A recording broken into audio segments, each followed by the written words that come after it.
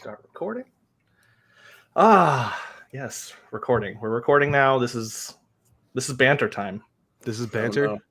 Why do you have a green dot flashing? Never mind, you don't have it anymore. You had a green dot flashing in the corner of your screen, and I can see like a little square thing in the corner of your screen. You have a green dot on your screen. Green dot too, yeah. What the what? Oh, it's whoever's talking. I got it. I figured it out. I don't get a green dot on the though. Look, no green Like, dot. wait, why does Kelly have the green dot? Oh no, Brok has the green dot. Oh, it's whoever's talking. Yep, figured it out. Where's I my work green in dot? technology. Yeah. It's the little things. Yeah, that's the. Okay, What is that little green dot next to the red dot? No, it's got the green dot. What's the blinky thing going towards the other blinky thing? The best thing about podcasting is arguing about things that people will never see on the recording, isn't it? Oh, yes, Yep. but now that's not actually true. Oh, Will they not actually- see the green dot? Did the green dot show up in the recording? Because we can keep talking about the green dot. Yeah, let's keep talking about the green dot while we're in this we're in the lobby. This is lobby music at the moment. So yes, Okay. all green dots all the time. All right, should I kick this thing off? Yeah, let me switch over. Let's fade us in, and yeah, we're here. We're quote unquote live recorded.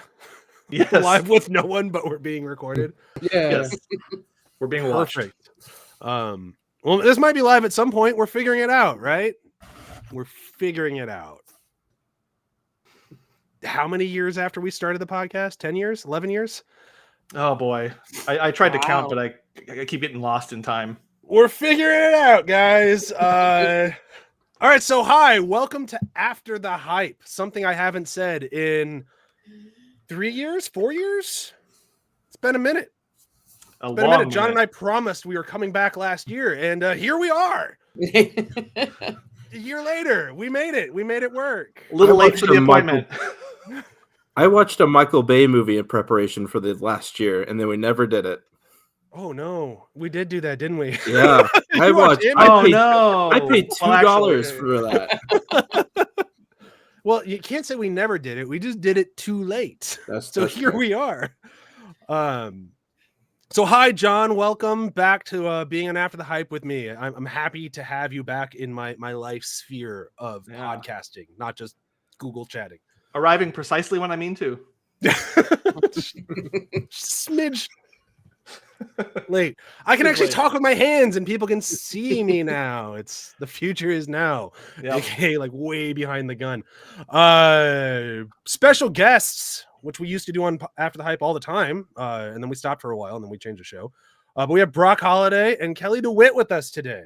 Hello. Hello. We're staying really in the After the Hype family or the ATH family. So the idea of who was going to be on today for our very special We're Back episode was somebody from each of our shows that we have After the Hype. So I know I'm involved in most of them, or John is and Brok is as well, but we kind of have our own host here. So I run Binge Buddies. John runs Demon Days, that actual Brok- play podcast. That's Sorry, all I skipped D&D, all over and yeah. Thanks for talking over me. stomped all over you. Hey, we're back. We're back. Right. This is actually the true ATH experience. We're back. It's not we an have Brok. ATH experience unless we interrupt each other. I'm gonna keep interrupting you. We have Brok from which show? Which show? You haven't done your show in a long time, but you still have a show. I do, and we were actually talking before we recorded about how it's coming back and everything. So hopefully, very soon. Say the name of your show. Oh yeah, I'll tell them. Yeah, I forgot about that. No, Insert Damage gaming show boost. name here. Damage Damage Boost, and there is content for Damage Boost. It just hasn't been in podcast form for a while, but there's Fair. been YouTube videos, streams, all those things. Just not in podcast form yet, but it will be again soon. Nice. And then we have Kelly. Kelly, Yes, hello. read Hello, books. hello. What's up? you read books. Oh, yes, I do. Lots of books all day. So yes, I'm with Afterthoughts. Joel and I, of course, as you know, do Afterthoughts, and we are currently doing Dune, right? You're doing Dune. not yet. You're doing Dune. We are going. We had a whole thing about I you have a doing whole Dune. thing. We have a whole thing. Joel will not let me forget that. So I don't We know will not what let it's Joel about. forget that. I don't know what this is about, but I'm looking forward to it. So he seems pretty excited. It's a great book. But we Matt are even told me I had to tell you had to read Dune, so we've done it. You have to read Dune. Oh, okay. I promise that is next. We have to. getting done. We are wrapping up not Fellowship. We are wrapping up Two Towers now. And we did Flowers for Algernon on the side as well. Oh my God. I teach that every year, or quasi kind of every year. But I get emotional every time I read it. So it's just incredible. But so we did that. We wrapped up Two Towers, and then we are getting to The Return of the King, and then Dune. I promise, because I cannot. It's like a 2-year long promise. Joel is so overdue with Dune. I don't even know what it's about. I need to know what this is. Scrap the podcast. We're talking Dune for the next 2 hours. No, we can't do too in depth of a talk about it, because I want to kind of read it and then get the feeling of it, and then go off on my tangent about everything. So that's actually a good way to approach it. Dune has a very specific feeling to it. It's actually, I hadn't read Dune. My wife is the one who used to do this to me to get me to read Dune. So eventually I read Dune. And yeah, it's phenomenal. You should read it. New movie's coming out this year. And it looks great. That's what I was wondering, because I've been trying to do a lot more of, okay, I want to read the book and then see the movie, but I didn't even know the book existed, so I didn't know if there was a movie that went with it. So, yeah, there's a really okay movie from David Lynch, super okay. Then a really good one from Denis Villeneuve, and then part 2 is coming out in March, I want to say. Yep, March 1st. I'm pretty excited. Right. With a fantastic popcorn tin topper, if you guys haven't seen it yet. Yes, I could send it to the group chat for you. It looks a little disturbing, is what I'll say. I'll say a much nicer joke than what I said in the chat when Brok sent it to me. All right, so walk without rhythm in that one. Good Lord. Jesus. So the way we wanted to approach today's episode was we are doing After the Hype. We're going back to After the Hype. I know we did a big chunk of Behind the Hype, which is a lot of fun. But what we used to do and what we used to love was to talk about things after the hype had kind of died down. That was kind of our bread and butter. We used to talk about movies only after they hit like Blu-ray, but then the Blu-ray date kept getting sooner and sooner and sooner, which was a little frustrating. So we're going to come back to it, and to figure the best way to talk after the hype and do a big welcome back, let's talk about 2023 after the hype. Ish. Everyone's forgotten about 2023. I said ish. And we're also not only talking 2023 stuff. We're going to talk about shit we did in 2023. Think of it as the longest where have you been doing known to man. And then we'll do a little bit of like do a little reflection on the year. What were some bright spots? What were some things that you liked about the year? What did you learn about yourself this year by engaging with said media? And we'll finish things up today with what are we looking forward to next year? What's something in 2024 or this year, I guess, where we currently are? What's something that's going to make you excited for this year? Like, what's something you're looking forward to? Either something for you or something like media-wise, something we can recommend. But let's get things started here. We're going to kick it off with some bright spots of 2023. We all wrote down 10 things that we loved that we did throughout the year. And I kept it to love because I really wanted to just shit all over something, and I decided not to. I'll do it when John goes. A little bit of the thing I hated the most in the year is in John's top 10. Cool. I'll just start with my 10, and then you'll just talk over me. That'll be great. It'll be like this game, and then like no. Well, I know Brok liked the game too, so I'll try to be as nice as I can. It's just not gonna be that nice. All right, we'll keep notes. How nice was Bryan? Not. Well, let's kick it off. Do you want to go? Do you want to everyone say one? Does everyone want to go with all 10? Like, how do we want to do it?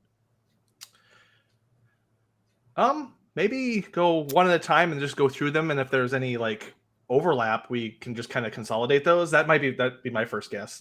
But you mean one item at a time or one person at a time? Probably one person at a time, or we could do one at a time each person. That might be good too. It's here. You know what? I'll go through my 10. We'll see how it goes, and you guys chime in with anything that if you've also experienced the thing I'm about to list. Please chime in. Let me know what you think. Because I know Brok agrees with me on my number one. I think we have the same number one thing we from do. last year. Venture Brothers came to an end last year with Radiant is the blood of the baboon heart. Is that it? Yep. Cool. You Tough got it. title to memorize, but I got it. And it was great. It was really sad to see it go. Like, I don't like seeing Venture Brothers end, but it ended really well. Like, it was a really good, it would have been a better season than a movie, but it was still a really good movie. It wasn't their highest point at all. But it was good. It was satisfying. I liked it. And they did another shirt club, which was great because the shirt clubs were always something to look forward to. And I couldn't really afford them back in the day. And then I got a better job and I could afford this one. So I was excited to get like all 5 shirts show up. It was just a really fun time. And it was like, we didn't think we were going to get an ending. It ended on a cliffhanger. Then HBO went, we killed it. And it sucked. And then it came back with a movie and it was great. Brok, what'd you think of it? So it's complicated for me. There's not a lot of endings to any show or series I've liked that ever really feels satisfying. And I don't think that's on any creator. I think it's just something that it's hard to do. And maybe because you don't want it to end, you won't accept the ending. And then even if it was good, you can't. But with this, I felt a sense of, I guess, ease after it. Like, I was so nervous. Was it 1.5, 2 years that between almost 2 years? Yeah, between the cancellation and the release of the movie, and the movie came out right when I just kind of lost my dream job and was taking a job that I'm currently working that not super thrilled to be doing. So it's just like a lot of change, but it hit all the things you kind of wanted, and it didn't. I guess it ended, but not ended in terms of. It felt like you're just not watching anymore. But I think you described it to me when it first came out. Yeah. Yes, we can't watch anymore, but their lives are still going on. Yeah. And I like that it ended that way. They didn't necessarily wrap everything up where it just feels like the world is done and dead. They're like, all right, you guys are done watching, but these characters get to love and grow and continue. And even though that's not what is happening, it felt really, really, really good. And it felt right. Like, it just felt like the right way to end the show, which there's something they tried to do back in like season 4 and it worked okay then, but then they got another season. It was great. But this time, I think it worked. Yeah. And it ended with a lot more love than what it started with in terms of, the show has always been kind of about, for lack of a better phrase, failure and dysfunction and generational trauma. But it really ends on this beautiful high note of like love and like blood family and found family, and it's really beautiful. Yeah, it's funny that you say this is what the show's about. And by the way, it's a comedy. It's really funny. The funniest show ever made, and it's all about trauma. It's all about trauma and failure. But it's great. All right, so I'll keep moving. So another thing I loved in 2023 was the horror movies. I think horror movies knocked it out of the park last year. Some really great ones. Infinity Pool out in January, probably my favorite movie of last year, maybe my favorite movie of last year, if not for Godzilla. I remember you talking that up quite a bit. Infinity Pool is just so good. It was just hard hitting and brutal and gross, but still fantastic. New Evil Dead came out last year. That was awesome. I just rewatched it last week when I had COVID. That was great. Yeah, we actually went and saw it together in the theater. Yeah, we did. Oh, there's moments. The cheese grater, man. Like, you and I both jumped out of our seats. Yeah, I was gonna say there's a lot of moments from that movie that really stick out to me to this day when I talk about it or even think about it. And the cheese grater is one of those. I have a cheese grater that's a handheld one here that's like on a stick for just grating cheese, but I look at it very side-eye because of that movie now. It's coming to get you. There's a Lovecraftian movie that came out, like kind of snuck out in the end of the year called Suitable Flesh, which was like very, very campy. Like, it's not going to win any awards ever, but it was a super fun take on like a Lovecraft story that I wasn't really familiar with. And it was a really fun movie. It's very, very low budget. I'm not trying to tell you it's the greatest movie ever made. It stars Heather Graham. You know what you're watching, but it was fun and it was different. And it wasn't like something that I expected. And like the few parts where they go like full gore, it's like, oh shit, that's gory. And old After the Hype guest, Mr. Graham Skipper, is in the movie. So it's cool seeing him in there. Oh, nice. I'll kind of rattle through the rest of mine. I could talk all night on the rest of my stuff, but I'll at least get through them so we can hear. Well, them. that one on your list, that line on your list, was like a bunch of things. So yeah, well, the horror movie, because my whole list was going to be horror movies. That's how much I loved horror movies in 2023. So I had to narrow it down a lot. So I'll get through the rest of these pretty quick. Godzilla -1, possibly the best Godzilla movie ever made. I know it's tough to say with Godzilla being Godzilla, but easily the best since the original forever ago.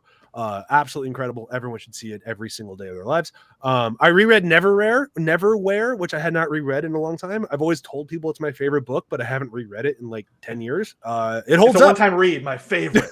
I loved it the one time I read it. It's my favorite book ever. No, it still holds up. Probably my favorite book. Fantastic. I love it. Love it. What stood out to you on this most recent reread? Because usually when you reread something, there's one thing that kind of just like, oh, hey, I didn't really catch that before. I get that all the time when I reread Lord of the Rings. There's always one little pocket. I'm like, oh, dang, okay, that's actually really cool. I didn't know that. Yeah, he is the best. I agree. He should have been in the movies.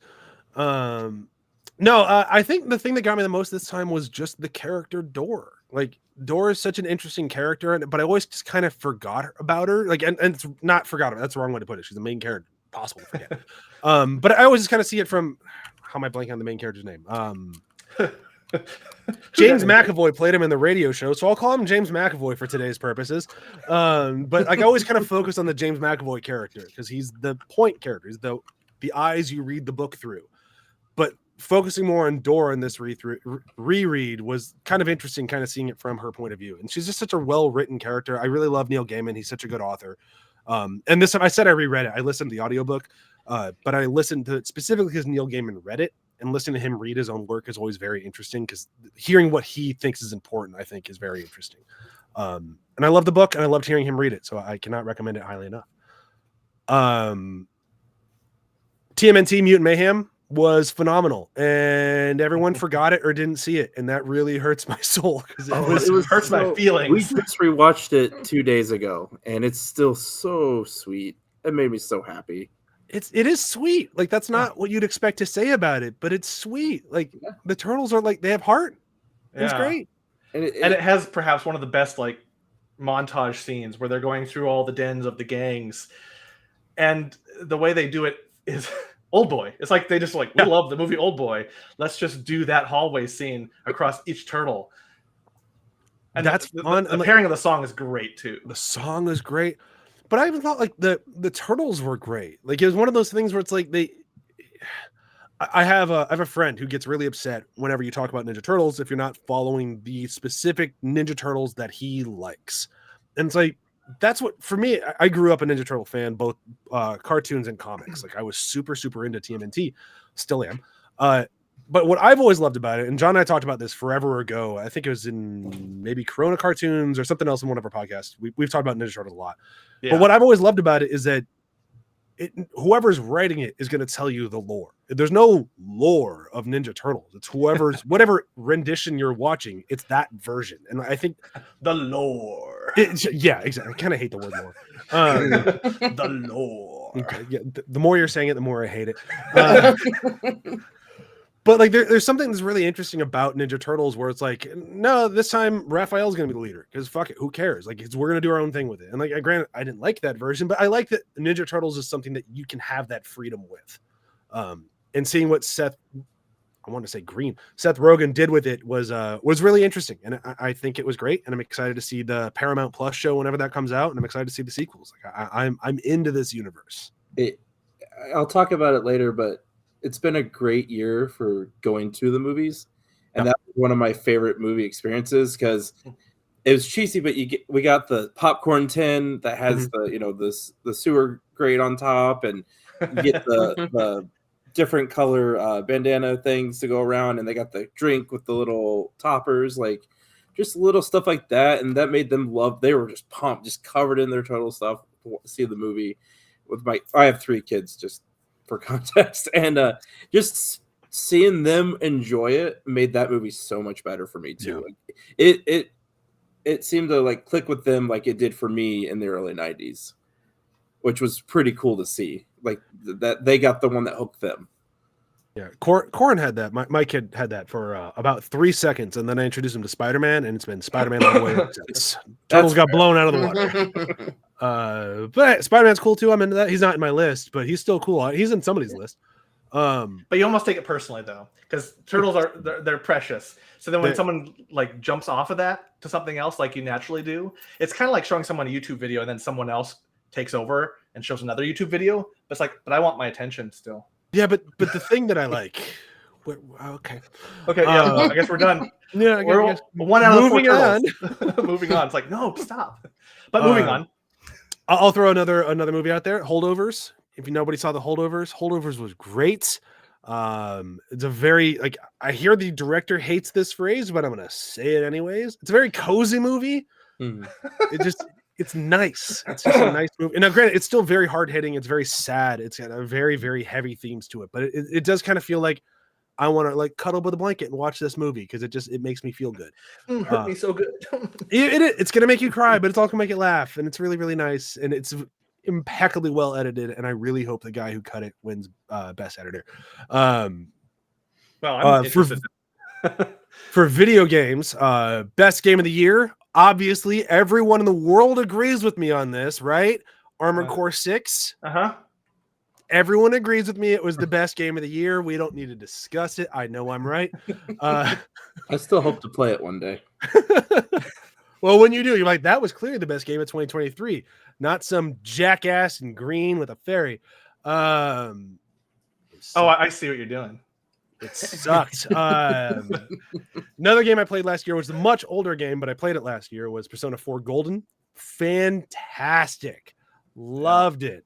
I also played it twice because I'm crazy. And then I played Persona 5 again just to see if it held up against Persona 4.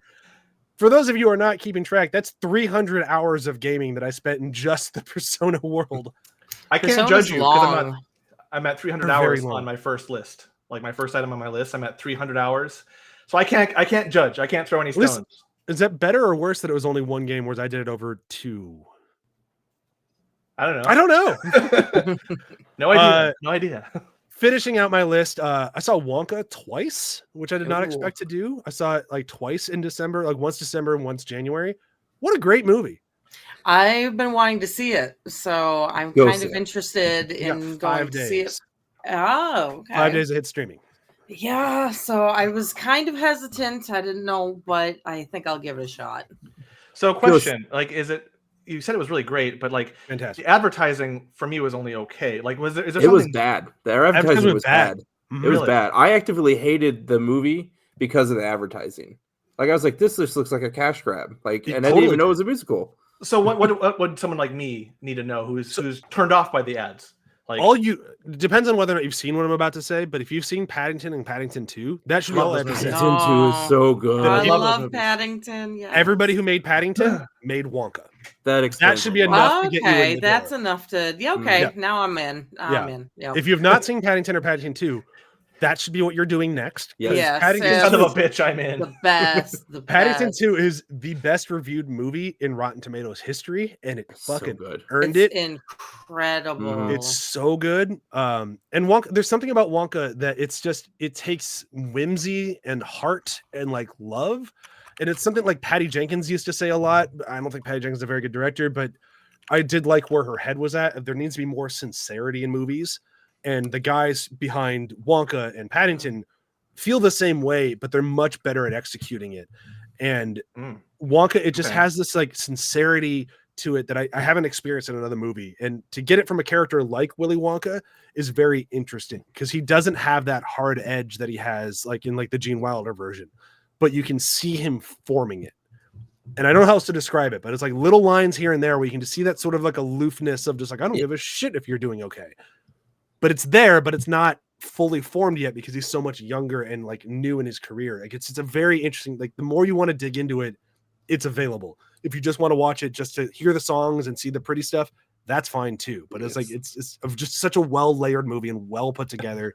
I cannot sing its praises highly enough. So there's songs too. That's another thing is like full-blown musical. When the Mean Girls thing came out, the ads for it gave no indication that there was a musical aspect. And so I was like, oh, I need to be warned. That's I had been warned that Wonka was a musical, so like I went in kind of hoping for a good musical, and I was very, very, very surprised. Music great. Interesting. I didn't think Timothée Chalamet could sing. He can sing. Yeah. And he's pretty good at it. He's not the best at it, but he's pretty good. Better than like Johnny Depp and Sweeney Todd. He was. I was awesome. just gonna say he's no Demon Barber at Fleet Street. If you can, like, yeah, it'll be on streaming, but see it in theaters if you can, because it just the sound and the experience, and saw it with my kids, and I went in with Bryan says it's good, fine, I'll go see it. And holy crap, was I moved by it. I'm so dead inside, and the fact that movie made me feel things, I want to go see it again. Like, I legitimately might go see it in theaters again. And then that should be a review series you do, just like the things that revived my dead heart. It made me feel things. That's like 5 out of 5 stars. You guys remember feelings? Yeah, dude, I feel them every day. You said you don't feel feelings? I can do that whole scene. Feel what you feel, and your feelings are real. So number 10 on my list, and I can finish it up, is season 2 of Our Flag Means Death. It's not my favorite show. It's never been my favorite show, but it's such a, like, it's one of a kind. And because of that, I really, really appreciate it. I don't think, I think Rhys Darby is an absolutely phenomenal actor. And I think Taika Waititi is a way better actor than people give him credit for. And I actually buy them in a romantic relationship. Yeah. None of that was my issue with it. It's really just, I wanted a zany pirate show with Rhys Darby as a goofy pirate, and instead I got a very well told love story about two pirates. That's awesome. It's just not what I wanted. I wanted a goofy pirate show. So like, it's tough for me to say it's a bad show. It's excellent. This is not what I want to watch. But it was still so good and so well made that it still made my top 10. Even knowing every time I'm watching, I'm like, I wish this was a different show. This show's still great. I still. Can I get the Rhys Darby as a goofy pirate show now that this one's done?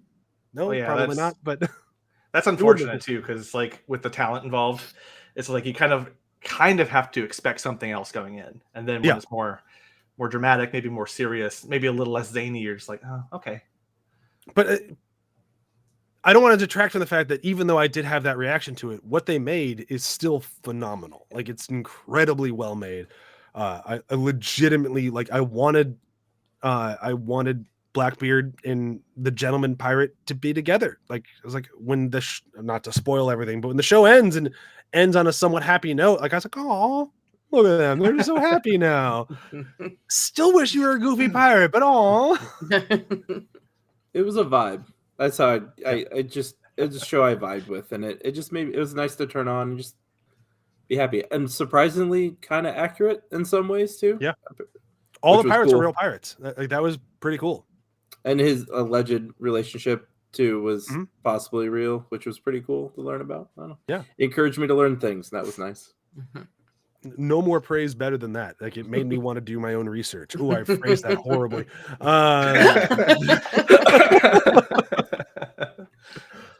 All right, that's me. I did it.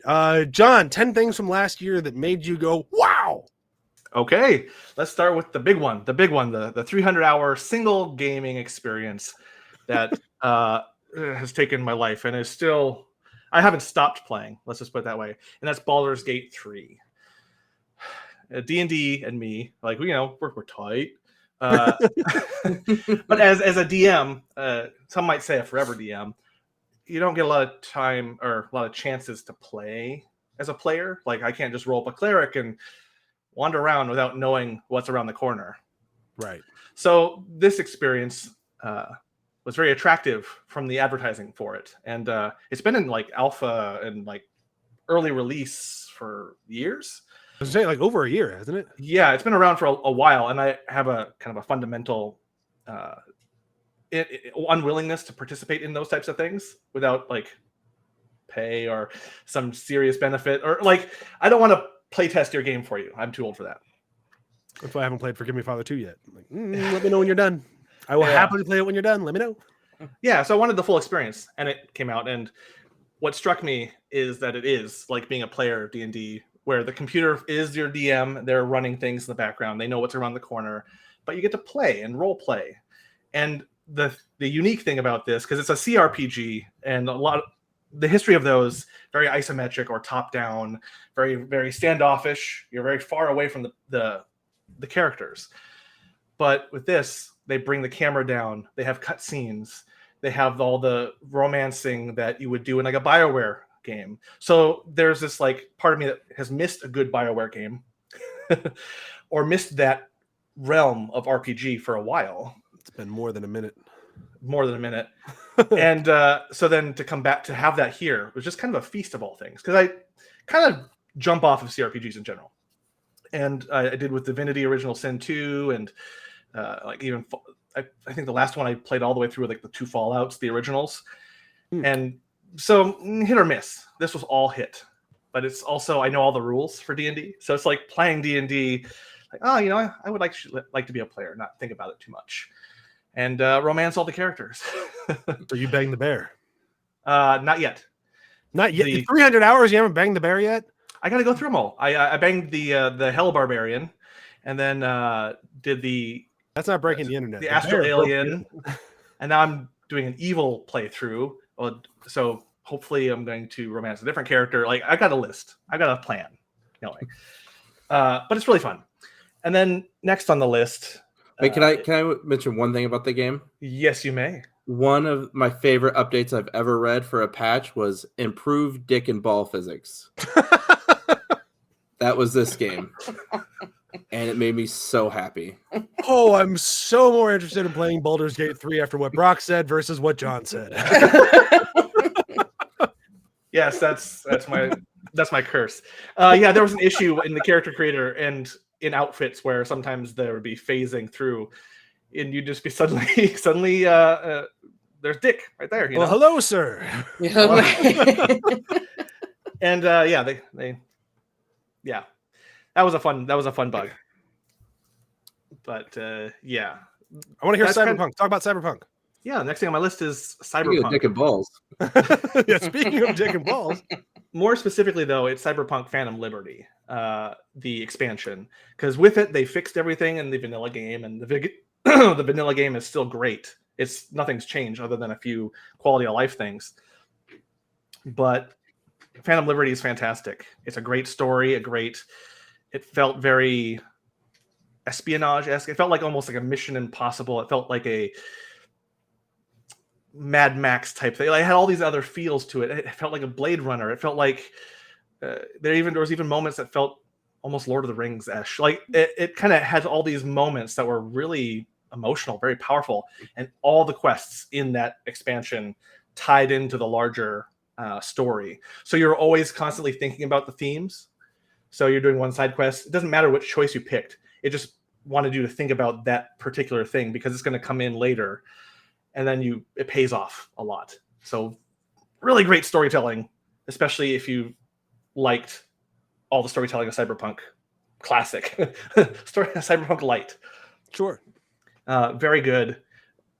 Some great storytelling, great action, and a great ending. Like the ending I picked, I'm not going to say it because I want to talk to you guys when you do finish it. I got to get through it still. But I was moved. I was moved emotionally. That deadness inside that Brok that you're referencing. Are you saying the end of the Phantom Liberty DLC, or did it change the ending of the overall game? The ending of the DLC. So it depends. So there's a few different ways to think an end, and I ended the DLC a specific way, or you could choose to end it, and that will pay off at the end of the main game. There's a few different options. So I picked one that was more along those lines. Got it. So it's different. Next on the list is another game. This 2023 for me has been games mostly, which is different than most years. But the next game on my list was a surprise, Hi-Fi Rush. I did not expect anything from it. It looked cool. It had some cel-shaded Borderlands-esque look to it. And the big thing about it is it's all based off of the musical beat. So it's a music game, and every move you make, every attack you do is on the beat. And that's part of how you do your combos. But the cutscenes are to the beat. Everything in the world moves to the rhythm of any song. And so you have songs from like Nine Inch Nails and other types of bands that are in there every now and then. They even have a mode where you can turn all that off to stream it on Twitch. But very exciting, very fun, very short, like a 10, 13-hour experience. Okay. Yeah, easy. I shouldn't say easy to play because it requires a little bit of skill on normal that my old self can't quite manage. Can I just say I'm really glad shorter games are coming back in style. Yes. I wish shorter movies would come back in style. No, longer movies for days. No. Here. I'm paying $14 More a Snyder ticket. cuts. More. Well, I'm of two No. minds. Like here on one hand, and on the other hand, like make it longer than Justice League, please. Yeah, I mean, John's wearing a shirt of like the longest movie that came out last year. Yeah. Oh. Give me short I saw games, but long movies. I saw it with Right. the cakes twice. John and I went to that movie together 2 times. Oh. Not to be Very beaten by the few guy who went 13 movies. times. 5 times. Thank you very much. Very few movies do it for me when they go past an hour and a half, honestly. Lord of the Rings obviously is up there. I did enjoy Avatar, but they were like Gone with the Wind. But for the most part, I like to keep it to like the 90-minute-ish range. I have Yeah, so you- many things I want to say, but I'm not going to say anything. Yep. John, let's hear more about what you Quick sidebar: you would like Premium Rush with the bike messenger action movie. The Joseph Like- Gordon-Levitt one? Yeah, it's like Where 90 are you minutes. pulling that one from? Why? Short. Of all movies that are 90 minutes, Premium Rush, messenger movie. That's the one. You blink and the movie's over. It's really short. But that aside, I actually have a movie on my next one on my list. Dungeons and Dragons, That's a good Honor movie. Among Thieves. Yeah. And I took Bryan to it even. It was really funny. I was expecting it to be kind of okay. Like, oh, I'm embarrassed to like, oh yeah, I do like D&D. Yeah, it's fine. Just don't look at me, please. But it was hilarious. It was really funny. And the comedy writing was on point, and the emotion was there. It was really good. Yep. It doesn't ask a lot from you, and it doesn't force you to be lost in the weeds of fantasy verbiage and nouns and pronouns. Like, there's no like, it's not like playing Destiny. Yeah. It is. There is something about Dungeons and Dragons that I need to bring up really, really quick because it's one of 2 movies that came out that had reluctant Hugh Grant in it. As in, Hugh Grant did not want to make that movie. He thought it was dumb. He thought that for Dungeons and Dragons and Wonka, 2 of my favorite Hugh Grant roles of all time. I want more reluctant Hugh Grant in everything. The less he wants to do the movie, the more I want to see him in that movie. That's an interesting like system of gauge for watching movies. Yep. He's great in Paddington too, as well. That one he did want to do though. So that one, He's still okay. He's good, okay. Yeah, he's better as an Oompa Loompa. Is all I'm going to say. I never thought he'd be good as an Oompa Loompa. He is great as an Oompa Loompa. Nice. So next on the list is Spider-Man Across the Spider-Verse, and I'll quickly get out of the way that it's an incomplete experience. It's half a movie. It's half a movie, but the art is just as ambitious as the first one, if not more so. Definitely more so. And it's an animation marvel. I don't know how else to put it, because every frame is just this emotional kaleidoscope that's communicating so much across from left to right of the screen, everywhere. And it starts great, has great music, a lot of deeper emotion, darker emotions too than I expected. But yeah, the downside, it doesn't bother me too much, but at the same time, it just ends. It would have been in my top 10 had it did not have that half a movie problem. If it even ended as well as Dead Reckoning Part 1, or I guess not Part 1 anymore, it's just Dead Reckoning. Even done as well as that, Yeah. it would have been in my top list. But you don't get me if you don't finish your movie. I'm out. Yeah. That was kind of 2023 as well. Like, we're not finishing our movie. Get over That's it. true. Happened a lot. Here's half a movie for you. I hope you half enjoy it. Yeah. Fully enjoy half a movie. The next on my list is a TV show. I've been kind of in the weeds with like universes and things like that, and a lot of homework shows or a lot of prestige, something that's super serious, or a lot of work involved to watch something. I just needed something simple where good guy punches bad guy, solves corruption. And Reacher showed up and he said hi and punched me. Season 1 specifically was really fun, and got me to read the books, or to start reading the books. And yeah, Alan Richardson is fun to watch. It's fun to watch him beat up bad guys. And he's a huge That beefcake. castle, baby. The Blue Mountain State. He's also Raphael in the Michael Bay Ninja Turtle movies. He was not Yeah. happy about that though. No, he was not. No. Also in Titans for a little while there. Hey, man, through a whole season. Yeah. Not so much in the next one. little kaboom bluey. Yeah, so Reacher was really good, and yeah, it just simple, to the point, uncomplicated. I think I mentioned it was simple to somebody else. Like it was uncomplicated. Yeah. And I had to clarify that that's not actually a diss. It's actually really good. Next is a horror film, which I don't know if Bryan, you saw it. I didn't see it with you. I definitely saw it. I didn't see it with you, but I saw it. Yeah. Yeah, Talk to Me. And that one was a surprise. Evil Dead Rises that you mentioned earlier wasn't a surprise necessarily. What was a surprise there was how good it was.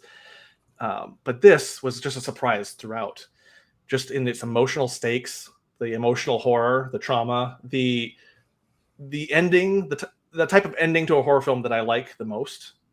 You know, with things like Candyman or things like that, where it's like it has a dagger that it's going to end on, and it's going to stab you with it. And it was really well done, and had interesting things to say about youth and connectivity and our lack of connection with each other. I thought it was really good and really potent. I liked the movie for the most part. Obviously, I didn't mention it during my horror things, and take that for what you will. I thought it was a really well-made movie. I think the whole movie. I think the reason, not saying the reason John liked it. I think the reason the people walked away going, "That was the best horror movie I've seen in a while," is the ending. It ends so impeccably well that I think it makes the rest of the movie elevate from a pretty okay YA horror movie to a really good YA horror movie. If it didn't have that ending, I think people would have kind of forgotten about it. Yeah, that's true. It better to end well, I suppose. It ends so incredibly well. And it's not like Sixth Sense. You have to see the ending to see what you missed. It's one of those like, oh no, it's just the natural ending of the movie. It's like where you would expect it to go, and it nails it. Like nails it. Yeah, definitely I recommend. And it's also, it wasn't too like gross or too gory either, if I recall. I almost no gore whatsoever, I don't think. Yeah, it did a lot with a little, which I also really liked. And yeah, it was pretty good. Then to Bryan's earlier one about the horror films, Evil Dead Rise. That was probably the most fun I've had in a theater with a horror experience in a while. Our theater cackled throughout that movie. Like, it was the right energy. It was great. Good energy, the right audience for it, the right beats, the right type of gore. It just like there's a difference, and why I put them two together, Talk to Me and Evil Dead Rise. One had like inched past the other because of some emotional stuff. This one was just delicious. It was fun, and it was dark and mean. I liked how mean it was. And there's room for that too. And when you talk to people who aren't horror watchers, what you like about it is how the different flavors. My flavor of pizza tends to be like deeply traumatic and cathartic and very mean and gross. So I kind of like, it's the mood. Let's see. And then, so Evil Dead Rise, and then the last two, first one being Guardians of the Galaxy Volume 3. I know, Brok, you had that mentioned too, I think. Yeah. Or you might have changed it. You might be changing it on me. Because you did it, so I didn't want to double down on it. But okay, no, it's I fine. don't know if I've cried that much in a movie in a long time, probably. Multiple parts. It wasn't just one scene, too. Like, I haven't seen it, but I did love Guardians of the Galaxy, and it really did hit that emotional note for me. So I'm assuming if it's anything like that, maybe is still repeated in the third one.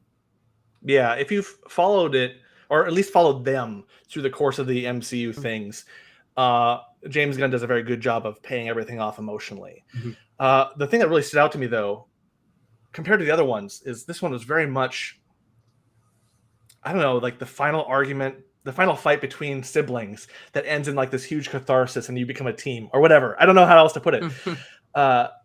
It's just deeply emotional and raw at times. And there were moments where it was just like, this is a family arguing. I don't think I've ever encountered this in the other two. they say they're a family, like we're a found family, we're the Guardians of the Galaxy.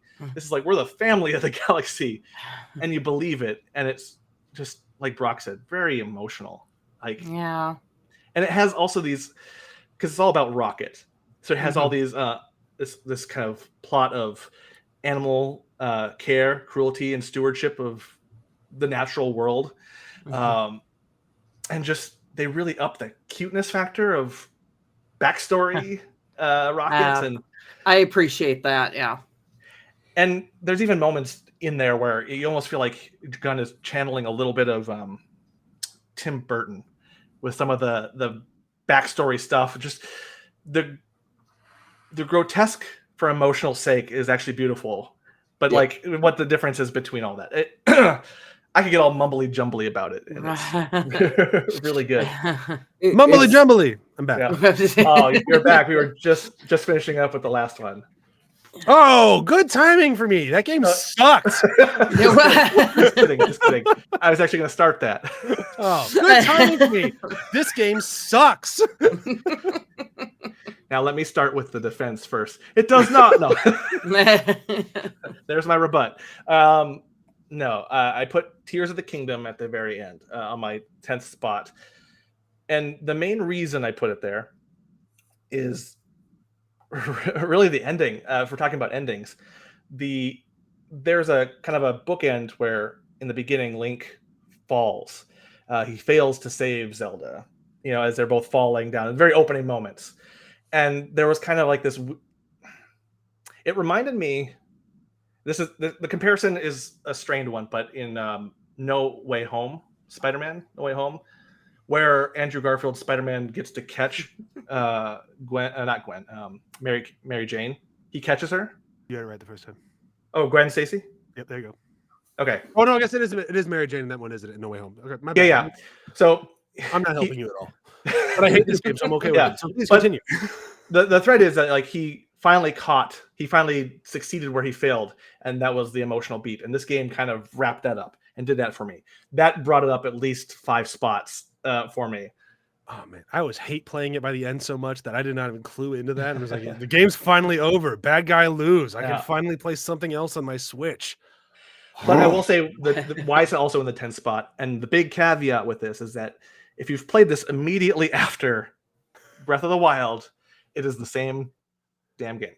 Yeah, that might have influenced my opinion a little bit. Yeah, so those complaints are legit, and it has always kept me from being so gaga about it like everyone else online. It's always been this is a 6, 7-ish out of 10 for me, like 2. Yes, 2. But everyone was having it at like 10s. It's like temper it down a little bit, guys. It's 6. Let's be real. But that emotional ending was really good, and there was a laugh out loud moment in the boss fight where the health bar does a really funky thing, and I like when games do that. And Baldur's Gate actually has a thing where it does that thing where it's like it plays with the format of gameplay and the UI to kind of trick you a little bit. And I'm like, that's fun. It's playful. I mean, Kojima always does it best, but I like what you're talking about. Like that stuff in games can be fun. Yeah, so I never be as good as like you need to move your controller into a different port to beat this boss. That will always be the best. But yeah, I pick up what you're. I like what you're saying. Yeah. So I don't like the game at all, but I like what you like about the game. Does that? There we go. That was my goal. That was my goal. To get you to like what I liked about it. Yeah, not like the game. But I don't also like the things that you like about it, but I like that you like them. Fair. But yeah, so that is my list of 10. A lot of games, some movies, a TV show, like a very eclectic list on my end. Yeah, we didn't have. I think we only had like one thing of the same, but otherwise, yeah, we did both kind of like the little bit of games, a little bit of movies, a little bit of TV. I had one book. You didn't have any books. No, but we'll get to that in a reflections of 2023. Yeah. So, get back to like what. I don't want to spoil the rest of it, but we have already been talking for an hour, so we should keep moving here as quickly as we can. Yeah. Brok. Oh, the person who over-explains things after you say we gotta go faster. Okay, got it. So I read one book this year, And by read, I mean I listened to an audiobook, which, Yeah, I do you know, that counts. Yeah.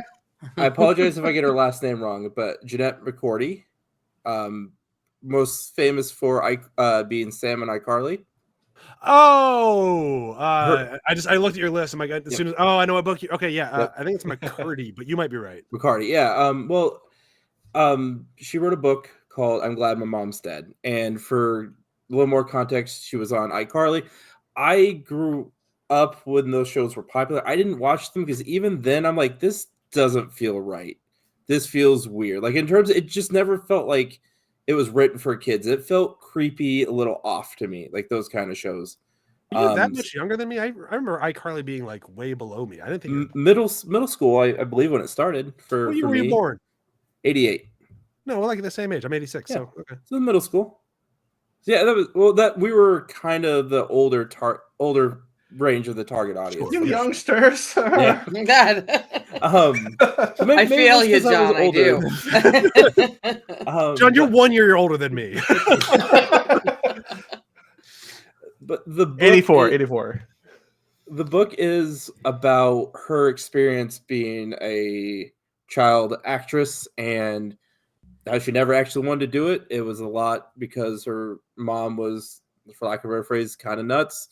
I think she grew up a Jehovah's Witness, so there was like a religious pressure from her mom as well. A lot of abuse from her mom, and then she talks about her abuse and potential exploitation from Nickelodeon and the one main creepy guy who did produce a lot of those shows. I forget his name off the top of my head. I don't remember his name either, but he's a fucker. Yeah, no, just monster of a person. And then her life struggling with eating disorders and alcoholism after. And she reads the book, and it is powerful in a lot of ways.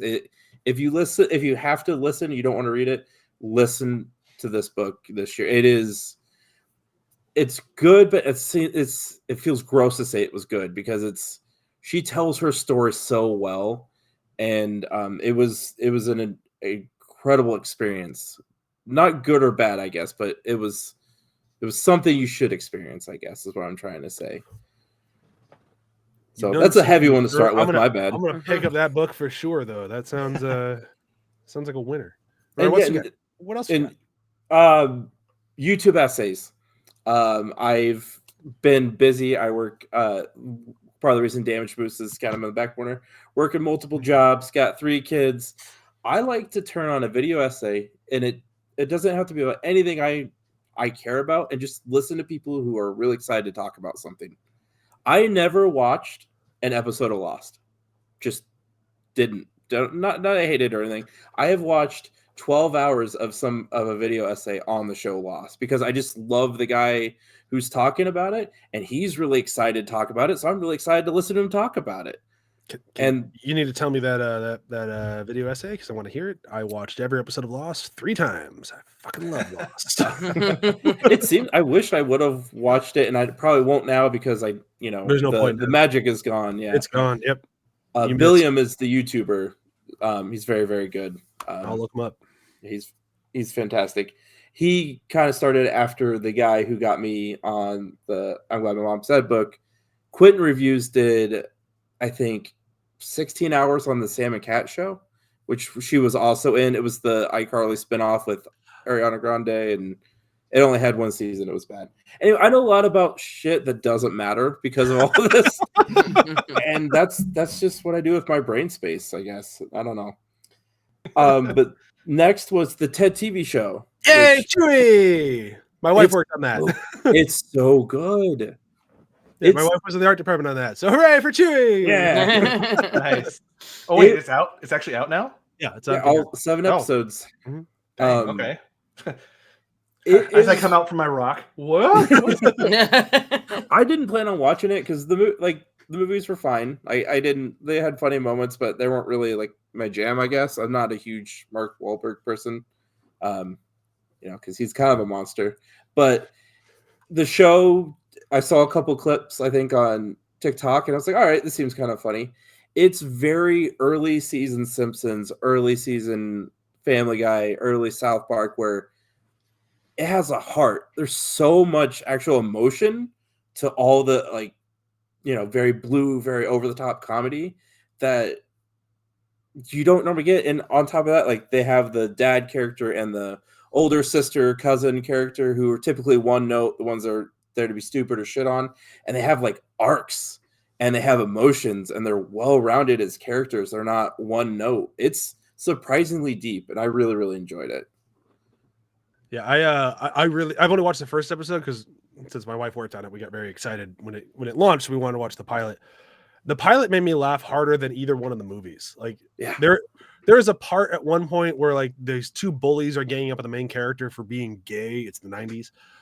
And Ted just rips him to shreds in the most hysterical way of like, I mean, who cares if he's gay? Like, it's gay. It's the 90s. Things are changing. Is anybody around here gay? And like tons of people raise their hands. How is it? It's the fucking tits. Like, it is the funniest funniest response to it ever. Like, I loved it. I was very, very surprised by how much I enjoyed the pilot. I need to go back and finish the rest of the show. It was great. It's worth it. I'm sad that it all dropped at once, though. I wish it actually would have been kind of spaced out, because I took it all in a day, because they move quick. I think they're about 44 minutes. They feel like 11, 20 minutes. Take it all in at once. There's no such thing as the weekly. Weekly is for chumps. I'm Agreed. I'm right there with John and Kelly on this one. Sorry, Brok. But it's not because I think that's how No it kids should in your be, to weekly be fair. releases. Hold on, like 2 seconds ago, you're no, never mind. I'm out. I am overweight because if food is really good, I have to eat it all right away. Like it's a me issue. I don't have self-control. I can't space out shows. I will not sleep and go into work the next day if a show is that good and it hooks me and I keep going and going and going. Oh. So it's more for my own health. It's not what I think necessarily should be done, to be fair. I've done that with that's every fair. Season of Cobra Kai. Whenever Cobra Kai launches, I watch it all in one day. It's like, yes, Cobra Kai.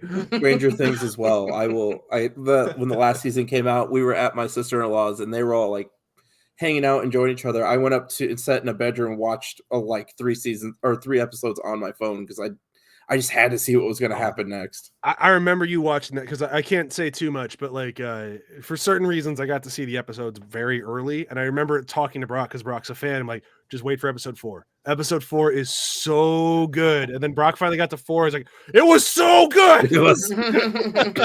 You've been right a lot lately, and it's upsetting. So I'm setting myself up for a big failure at some point. But I'm 2024, baby. Next, John Wick 4. Kind of a theme for my list and reflection is going to movies again. It's been fucking awesome. I don't know if just because I always have loved it and then not getting it for a few years and getting to go back has been great. But that movie in theaters, I saw it with my father-in-law, who is like super religious, and so I wasn't sure how that was gonna go, but he loved it too, so that was great. But like, I loved everything about it. It was better than 2 and 3 in my opinion. It was up pretty close to 1. The over the top kind of it's a Hotline Miami, Yeah, like it's old Hotline school. Miami. Yeah, with the fire breath shotgun was one of the coolest, Which was a practical effect, which is amazing. which is fucking nuts. And also the continuation of people don't stop dancing even when gunfire and massive fights are happening in clubs, which I didn't ever realize till you pointed it out on Binge Buddies. But that's great too. And it's just, I love seeing that movie in theaters, and I hope they don't make more, but they will. I know. It's gonna happen. It's gonna get you. Yeah, I agree with you completely. That I hope they don't make any more. It was fun. It was good. Although, like, I have a thing where if a movie doesn't need the lore, it forces the lore. There's a lot of lore in John Wick. Yeah. So much lore in shoot guy in head. Imagine after the first one, it's like, oh, I hope the rest are like this, where there's just like simple and no lore, and it's like, but the fourth one, I'm like, oh god, I'm getting tired of this. But like, I'm also keeping up with it. Like, yeah, the See, I think I'm out. I'm not like, I didn't watch the Continental. Like, I think I'm done. I did the podcast. We did it. Beagles the Bullets, and yeah, that's fine. Yeah, I'm totally over John Wick. I love the first one. I was like done after that. So 4 had some amazing stuff in it, but it did.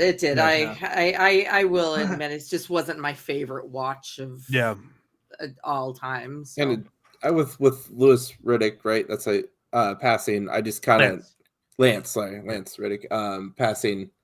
Who's Louis Riddick? Oh, is that? I think I might be a sports person. Anyway, I kind of because he grew into such an important part of those movies. I just another reason for me. I don't need more.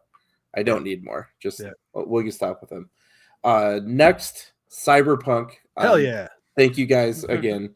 I went through a slump, and it factors in the damage boost kind of being on the back burner a little bit, where I was just kind of burnt out. I hadn't had a game story wise that had really hooked me. Like I had played fun games, but not a game. I think the last time I got so hooked in the story I couldn't stop playing was when they re-released all the Mass Effects, and I played through all of those in like 2 weeks, and was just so happy. It's so good.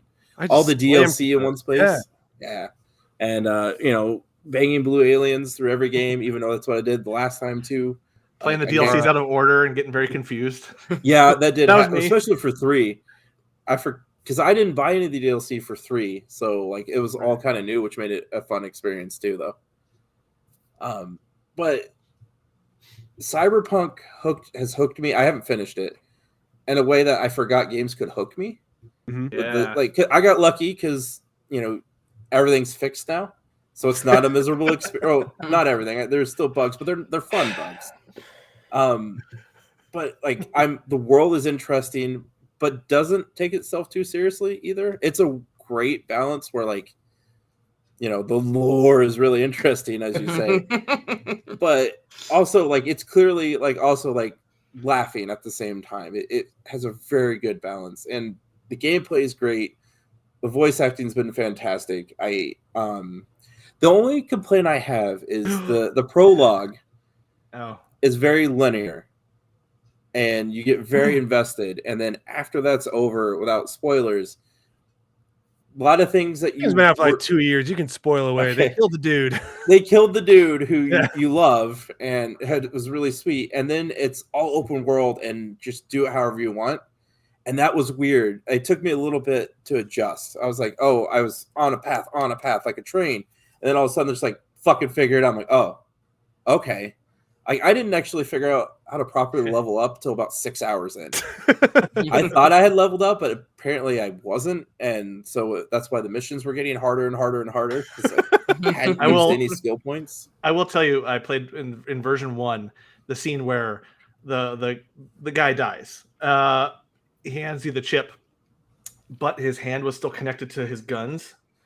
So he just kind of pushed his gun against the side of my face to give me the chip. And it just kind of phased through, and like kind of like gun geometry was like in my face. I was like, this really ruins a very dramatic and terrible moment. That game was so jank when it came out. I got one more story for it before I move on. So I knew there was nudity, but I assumed it was all sexually based. So I'm like, okay, I can do the character creator while my kids are hanging out down here. That's the most nudity in the game, sir. So like they love creating characters. So I'm like, hey guys, help me create my character. They have a backstory. You get to pick all these cool different hairs, and you paint your nails. It's pretty cool. So we're going, and thankfully they got bored. And then they moved on, and then all of a sudden I go over, and there's just this huge uncut penis just flopping around on my TV. I was like, and they're not paying attention, so I just turn the Xbox off. And I was like, oh, thank God. I don't know how I would have explained. I could have explained it. I didn't want to.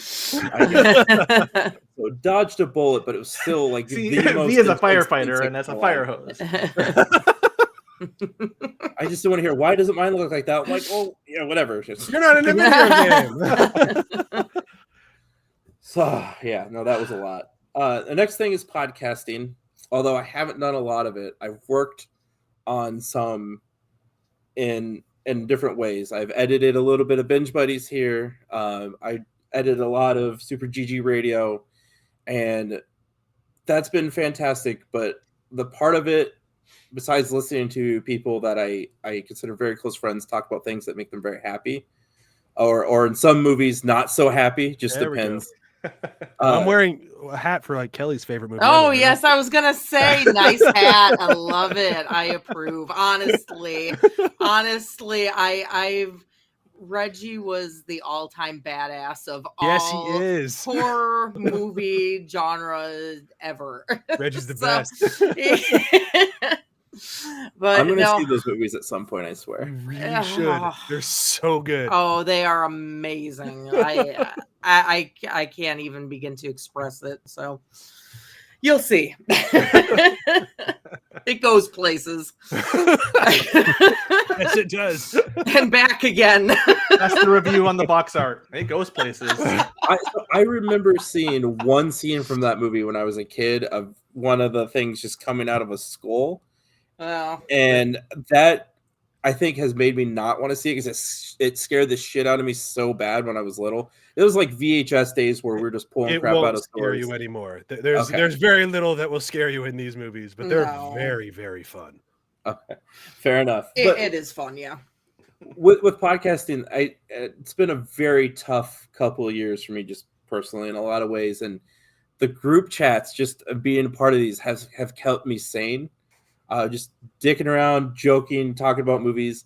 I wish we had a soundboard because Joel's sound when you guys made the hot tub joke and Tokyo Drift, I still don't understand how he made it, and I've listened to the short we made of it over and over. It was I'm not privy to this good. sound. What's the deal?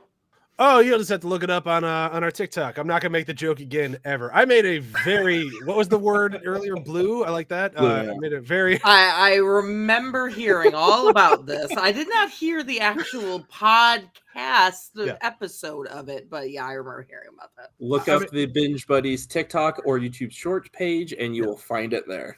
Yeah, I made a joke that Joel did not approve of, and his sound after I made the joke was one of the best sounds ever. I remember that. Oh. I think that was the sound. Yeah. I prefer to think It he just is disgusted at the idea of female arousal, and that's funnier to me. So I'm just gonna roll with that. Yes. But he is our pod daddy. So, but oh yes. Dom pod daddy. Sorry, I forgot. I had to have the other part. But you know, podcasting, even though I haven't got to actually be on a lot, has kept me sane for the last year, and you guys are a big part of that. So thank you for keeping me sane through. I think everyone hated 2023 for the most part. Yeah, it Was was my favorite year. Nope. It was not Yeah. great. Sure. On my list. Yeah.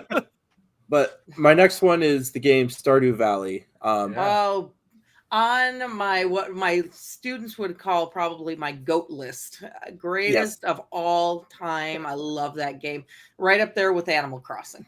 It passed it for me just because there's a little more to it for me. Animal Crossing I got a little bored with because it does feel a little bit, scope feels limited.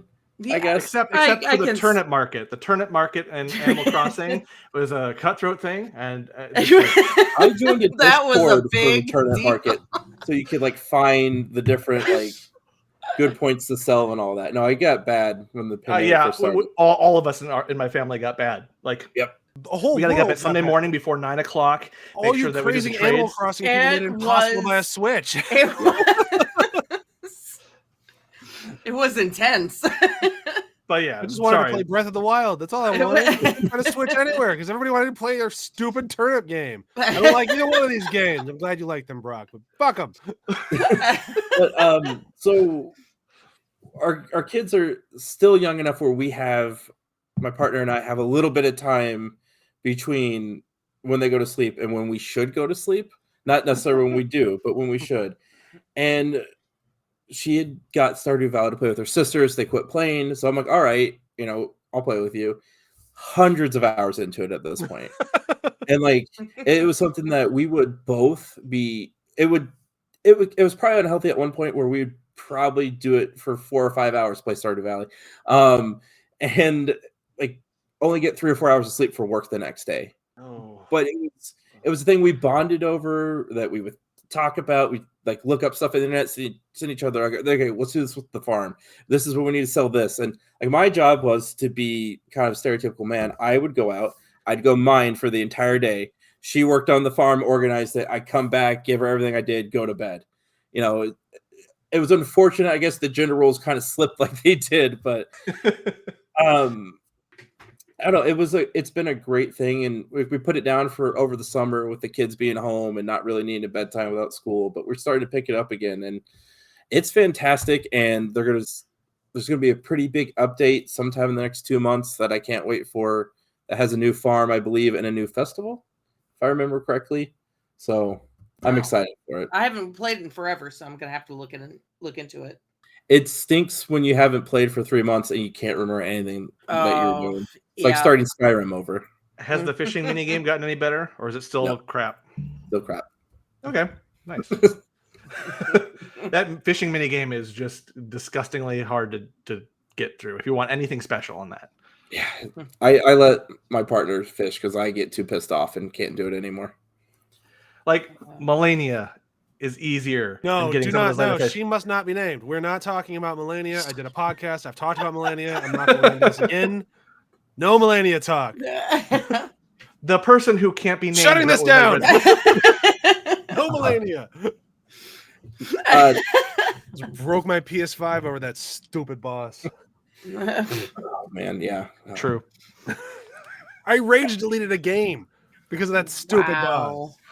It was a very tense few minutes on the chat. We got to suffer together though, so that was kind of fun. I still have clips of you, Bryan, you dying specifically in the most unfair and ways that I don't think I could recover from, saved onto my computer because it was so funny watching it happen to someone else. It kind of felt good. Oh, it was a miserable experience. Or what else you got? So I think I have two left. One is RuPaul's Drag Race. So I had a cousin who I grew up with. It was essentially a sibling. And once they got out of high school, they came out as gay. And then 3 months before they passed, they came out as trans. And unfortunately, shortly after that, they took their own life, which is a very sad, common thing that happens to, people who are gay and trans youth. And so I'd already been watching the show, but by about the same time that they had passed, a lot of the contestants on RuPaul's Drag Race are trans women. And seeing a show that wins awards makes tons of money. And I think they're on like season 16, 17 at this point. Tons of spinoffs. I want to say 18. Yeah, you might be right. There's a lot. It's our go to sleep show too. One of my good friends is one of the producers on it. I think she's on season 18 of it. Wow.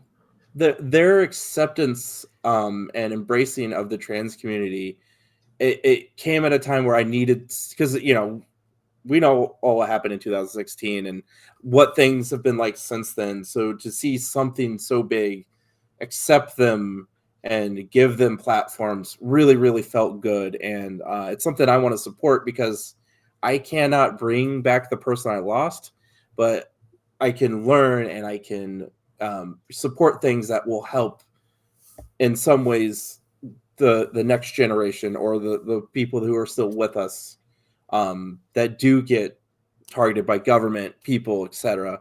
So it's a weird pedestal that I put this show on, and it's more of a personal thing, but it has helped me process and have hope from a time that was so dark. So I will probably always support the show. It's a great show. And my last thing on a much happier note, couch co-op has been huge this year for me.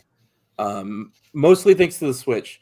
My son, we were trying to find my partner a laptop for her new job. And this was at the point where Best Buy still had physical releases. And they played Kirby Return to Dreamland on the little display thing. So we bought that, played that, so much fun, just all of us sitting on the couch playing a 2D Kirby game. My son and I just started playing it 3 days ago, that game specifically, and we're having a blast playing it together. It's so much fun. And it's one of those ones that you can 100% it with little kids, because it's just difficult enough where they want to keep going. Like it's a good challenge for them. It's fantastic.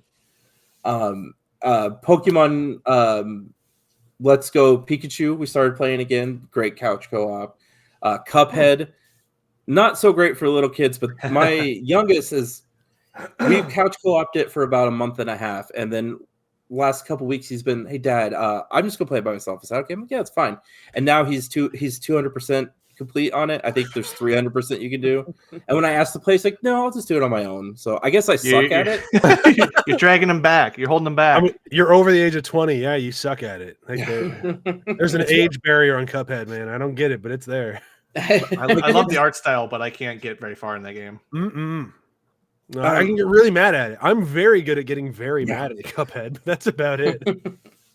My kids don't play sports, so I can't hold that over them. Like, you always want to be able to beat your kids at everything, but the fact that they're starting to develop skills at things that I love and they're getting better than me, I get that weird, like, primal, like, no, like, I want to pound my chest and be like, I'm the best. Stop growing up. But you just unplug their game. And then can't win now. Fighting power to the house. Plug. I pay that bill. What? Look who just won. Yeah, I'm the real boss all along. Their mom pays that bill, so I can't even do that. Oh damn. But yeah, couch co-op has been an interesting beast. I'm actually doing that with Baldur's Gate. Weirdly enough, yeah, you can play the whole game. So like, I've kind of been reinterested in couch co-op. So here some of these selections. I'm like, oh, interesting. Writing notes aggressively. It's almost all Nintendo too, which is something they've always been good at, and I wish Xbox would do more of. I think the last really good one before Baldur's Gate was It Takes Two that I played. Oh, that was a fun game. That was good. A little long, but it was a good game. Like 2 hours. It's an hour 35. Hour 35.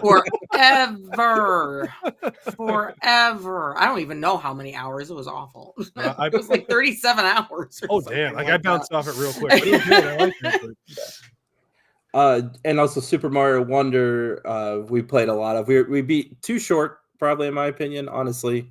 I would have seen more with the concept than Sonic Generations. I think that's the newest one that came out. It's also couch co-op. Luigi's Mansion 3, also couch co-op. Just pretty much everything Nintendo's been couch co-op, and it's been one of those things to where it's given me comfort. Like, I don't want to play Fortnite all the time, like my oldest wants to do. So to pull him into something that we can all do together that isn't Fortnite has been fantastic as well. Cool. And yeah, I think that'll be it since we already talked about Wonka. But yeah, couch co-op to end it. All right, Kelly, last but not least. All right. So most of my list is actually books. I mean, go figure. But a lot of movies and stuff to tie in. And one series I did not put on here, but I'll just kind of go over. But anyway, my first one is Flowers for Algernon, which that book, technically, it's not... It's a short story, I guess.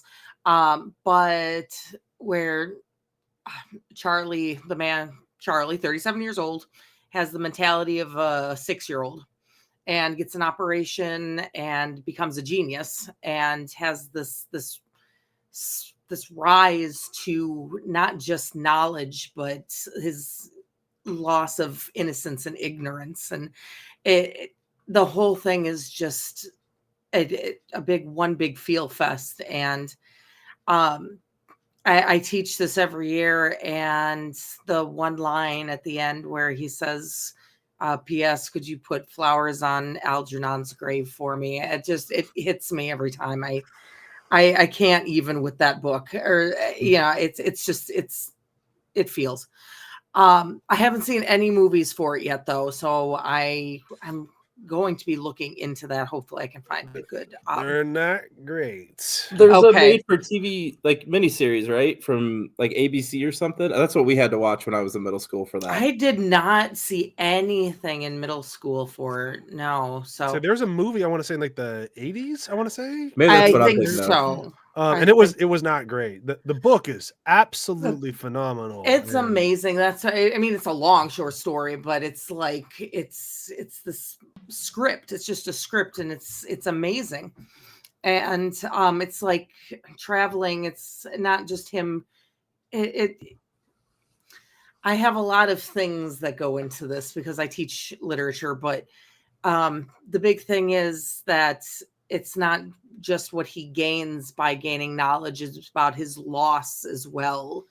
His loss of his gain of knowledge, but his loss of his innocence and his ignorance. And then it goes from here and then just all the way back down again. It's an incredibly powerful story. So that's probably been my number one. Number two, Fahrenheit 451. This is an incredible book. It is a dystopian society book about banning books, burning books more specifically, and the government control and the main character's desire to break free from it and become knowledgeable. Another book I teach every year, which is incredible.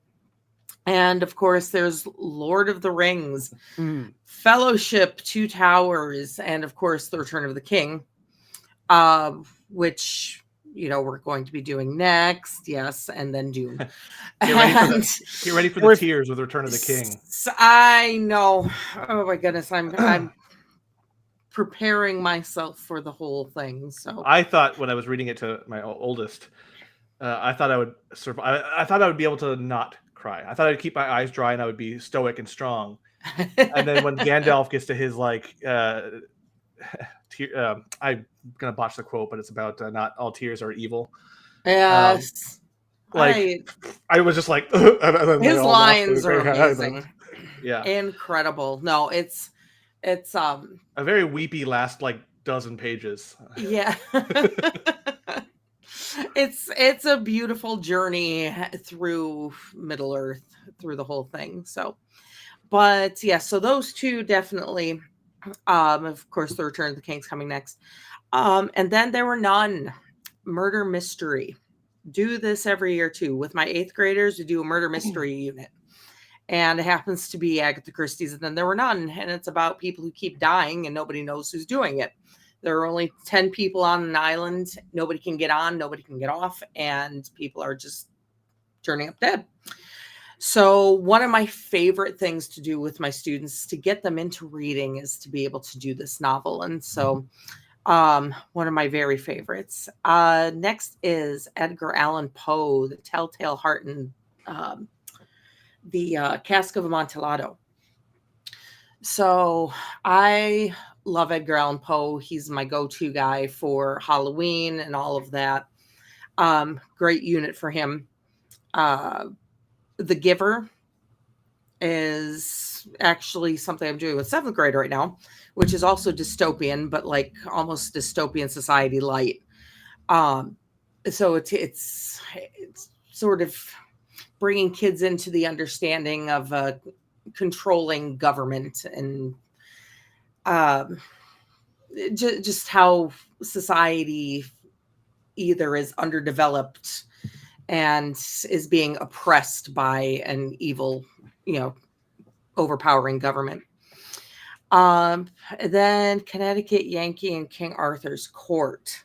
Now that's a fun read. That's Mark Twain, actually. So it's about this guy who gets hit in the head with a crowbar and gets thrown back into the 3rd century, 4th century.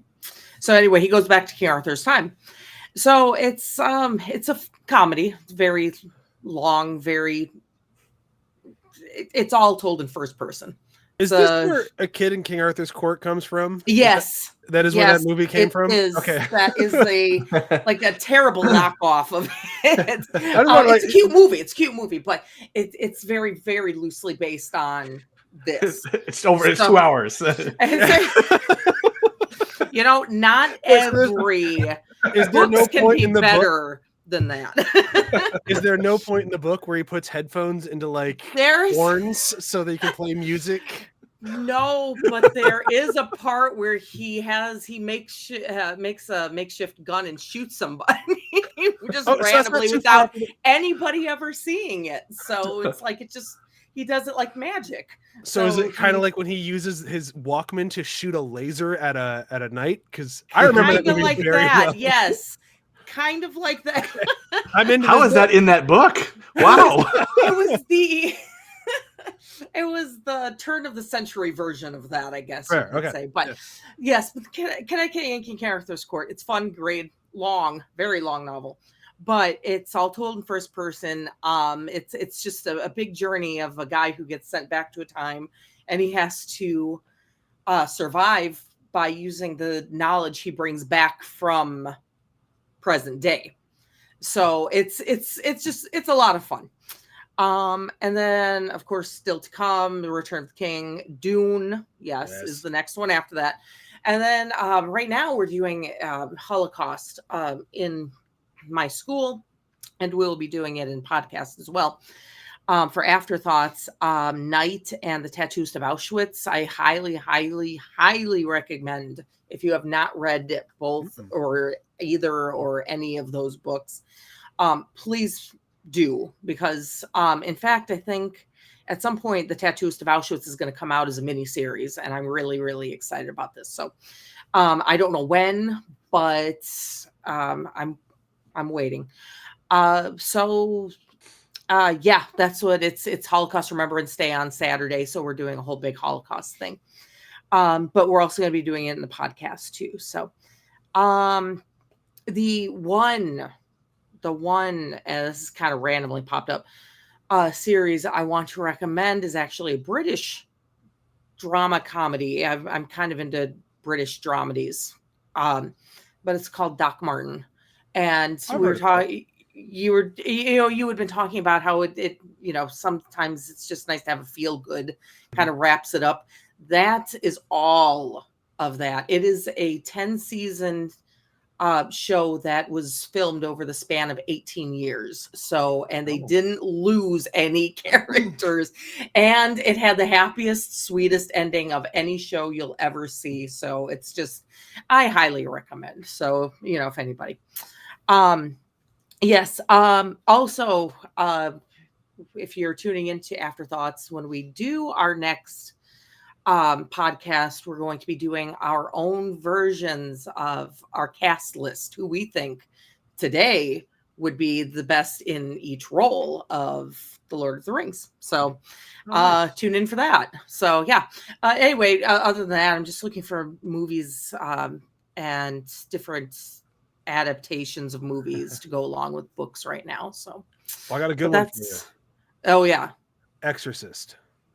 The Exorcist? The Exorcist. All right, I love it. Book I and do. movie. I have not read the book though. I've Yeah. seen the movie, not read the book. The book kind of ruined the movie for me. The movie used to be my favorite horror movie ever. I read the book and I'm like, nah, it moves too fast. It needs see, that's kind of the problem. I always worry about that a little bit. But yes, but here's the thing. The book's so good, I'm okay with it. Because now I just love the book. I used to love the movie, now I just love the book. And the book is so good. Yeah. It hits way harder as a parent. It's so good. Highly recommend it. Yes. So no, but that's good. I'm open to any and all suggestions about books and movies, and a combination of the two. So, but yeah, that's been the majority of my 2023. So cool. Yeah. Nice. Well, I would say that anyone listening or watching this podcast now has a whole heap of shit they can go check out from last year. That was all pretty good. I didn't even dig too hard at Zelda as much as I wanted to. I held off. Yeah. Thanks so much. This whole hour and a half on just how much I hated that game, but I won't. Yeah. Moving on from that. People disagreed. So we're not going to be around for too much longer here. We'll wrap things up here pretty quick. But I want to do some reflections on last year. Like I know we're not going to have as much of a conversation. I thought we were going to the beginning of this, but this took a little while to get here. But it was a good conversation, so I'm okay with it. Let's do some reflections on last year, and I'll get the ball rolling. So I'd written quite a bit for what I was going to talk about, but I'm going to pare it down a whole bunch. So the things that I kind of learned from last year of like how I consumed the media that I did. Games, I think it was a banger year for games that I mostly skipped. They all looked incredible, and I just kind of kept finding myself drawn to different things. Yeah, great game, never played. Yep, that was the majority. Like the big games from last year that I played were like Jedi Survivor and Spider-Man 2. They were great. I had a ton of fun with them. But for them, like Baldur's Gate, a lot of them, they just didn't grab me. And I'm not sure really what it was. I think I kind of want shorter games to come back in fashion. I think I'm kind of done with the super, super long games. Saying that, knowing full well that in 2 weeks I'm going to buy Persona 3, which is an over 100-hour game. Still, I still feel that like I would like some 20-hour games. And I've been really, since I got a Steam Deck, I've been really leaning into those like 8 to 15-hour games, and I've been loving them. It's kind of hard to go back. Like when you get so entrenched in the big games, going to the smaller ones is a hard jump. It is I haven't broken that cycle yet. It's hard. Once I broke it, it's all I want now. Like it's like I don't want to give you 100 hours of my life. Like that was time I could have done anything else. Instead, I spent 100 hours. Like it's so many hours. So things I learned about movies this year, which I thought was kind of interesting. I think comic movies officially cannot get by on being comic book movies anymore, and I think that is great. I'm all for that. You have to try a little bit with your movies, and then they might be good. James Gunn seems to be the only person from Marvel who really wanted to try with his movies. I'm sure there's a lot of people who tried really hard. I'm not that mean. It's unfortunate they got ground up and spit out as bad as they did. But James Gunn was actually allowed to make his good movies, and I'm really excited to see what he does with DC. And I'm just really excited for them not to be shit anymore. Like we've had quite a lot of just bad comic book movies, and I feel like the studios are realizing that, and they're going to try to fix it. At least I hope. I think this year also proved that people want more than anything is just a good movie. It does not need to be a universe that you're aware of. It does not need to be these things that you're familiar with. I mean, you can be familiar with them. Barbie was great. Everyone knows the story of Oppenheimer, but these weren't sequels. They weren't based on books. I mean, Oppenheimer was, but like they're not these huge pop culture moments that they're trying to cash in on. They're just trying to make the best movie possible. And this was the first year in a long time that I felt like that was the norm. And those are the movies that did really well. Like Godzilla celebrating its 70th anniversary with Godzilla -1 made one of the best Godzilla movies ever. And it was absolutely incredible. And like I really appreciated getting new stuff this year.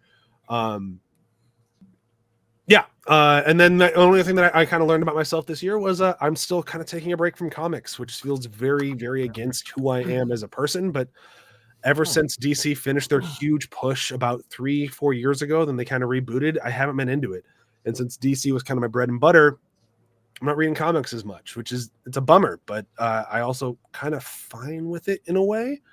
There's a very expensive habit of mine. I was spending almost $40 a week on comics, and now I'm spending nothing. So that's nice. It's a momentum thing too, though. Like, because for a while when we were buying comics years ago, the minute we stopped, the minute there was a break in the chain, we never got back. We stopped. And I did that too. And then I started picking up again about 10 years ago, but like up until like 25, I read them all the time. And then I took like a good 10-year break, and then I picked them up again, and like I was obsessed, and I spent just so much money. I don't even want to think about it, but like but I still love comics. Like I still feel like a comic fan at my core, but it's just kind of unfortunate that there's nothing that's really grabbing me as much as it was, say, 3-4 years ago. Really anything pre-pandemic. Like pandemic's really where my break started, and I just haven't gone back into it. It's kind of a bummer, but at the same time, like the little bit that I've come across, I've really enjoyed. I still think there's some really great voices out there. And I'm glad that there's people still making comics. Like even if I'm not reading them as much as I should, the fact that they haven't died off yet, when they always feel like they're on the cusp of dying off, I think is great. So I do still try to buy some from time to time to support the medium, even if I'm not reading them. But yeah, that was kind of my learnings from this year. I hope that rambling made even some remote sense. Yeah, it made a lot of sense. It is interesting that you mentioned that, like, kind of hoping to come back. I think as we're starting to get on in years, we're not that old. I was trying to say, I was trying not to say it in italics, so sorry. I know we're not that young, but we're also not that old. No. We're reaching middle age. Middle. We're reaching a point though where like we're having some quite like big swerves off of things that we were aggressively interested in. I'm noticing that about myself in a lot of different ways. It just feels like it's kind of like we're kind of doing that in different avenues. Like with you, it's comics. You're still a fan, but you don't want comics. You don't care. I don't want to spend $40 a week anymore. Yeah. But even just keeping up with it, you kind of like you're taking a break. It's weird. I've noticed that a lot more. What were your learnings from the year, John? According to my notes here, it would seem like I have a lot of regret. But and it's kind of to what we were just saying, though. You kind of swerve away from things, and kind of the big shift I've noticed for myself is swerving away from movies and trying to like get myself back to them. I've joked many times in 2023 that my username Movie Guy John is a thing of the past because this movie announcements continually weary me, or like I'll see a trailer and be like, why do I like things anymore? Or we'll go to a few of the Marvel ones where it's like I like comic book movies, I like genre things, but everyone playing in the genre space is just answering to every cook in the kitchen, and I'm just like, okay, I'm not feeling anything, I'm not enjoying anything. So I've taken a step back, and I kind of wish I had been able to right that ship a little bit more. But hearing you say that about comics kind of makes me think that this is a journey. I'm just kind of off of movies for a little bit, and I'll be back eventually. Because there's also the horror films that we saw that were really exceptional and stellar. There were things that weren't great, but also were very thought-provoking. I'm thinking of The Creator. There's these things that kind of just stood out as beacons in a very desert for my movie-going experience. I still wish, though, I had been more aggressive and getting more movies in, because I barely had any movies on my list, and I'm a movie guy. Same with TV. Really was a year for video games, and I thought that was interesting. But even though it was a year of video games, I didn't play as many. And 300 hours in Baldur's Gate. How are we going to play anything else? Right. Yeah. And I do regret that insofar as like I didn't get to experience some great indie games that I kind of saw across our feeds or that we would talk about. Like, I forget what it was called. Highland Song, I think, is one that came out a month or so ago. That looked very fascinating. Haven't gotten to it. Like RoboCop, man. You got to play RoboCop. Oh, dear. Joel's been playing that game. I'm sorry, Kelly. That's my fault. That was like, very hard on Joel. Joel, buy it. It's so good. Yeah. And he did. It's so good. But yeah, we have a whole chat of just other games. And even Joel will mention a lot of these games. I'm like, oh, that sounds great. Not doing it. And I just kind of didn't like that habit that I had this past year. So it's more of a thing I wish I could change, but something I caught. 2024, hopeful. I wish I had read more, especially just, I don't know. I tried at the beginning of 2023 to get back into books and even started Dune. I read through maybe 1.5 of the Expanse books, like 1.5. And I was reading those at roughly the same time. And I stopped like a couple chapters into Dune, half of the second book. And then I just stopped for the rest of the year because I just couldn't focus. I don't know. Like I had a problem. You should read Dune. Dune's a good book. But what kind of broke me, but not broke me, but what put me back together in terms of books is that I managed to take some time away for a little getaway, and a lot of used bookstores. Looked through all those and grabbed a few of the Reacher books because I love the show. And it kind of reawakened that habit, which I think was what I was looking for. So sadness at not having read for most of 2023, but hopeful for the new year for that. Didn't write a bunch. Didn't write much except for like D&D notes and Demon Days notes. I wish I would have written more, but that's always the goal. Every year, this is the year I'm going to write that thing, and then I still don't write it.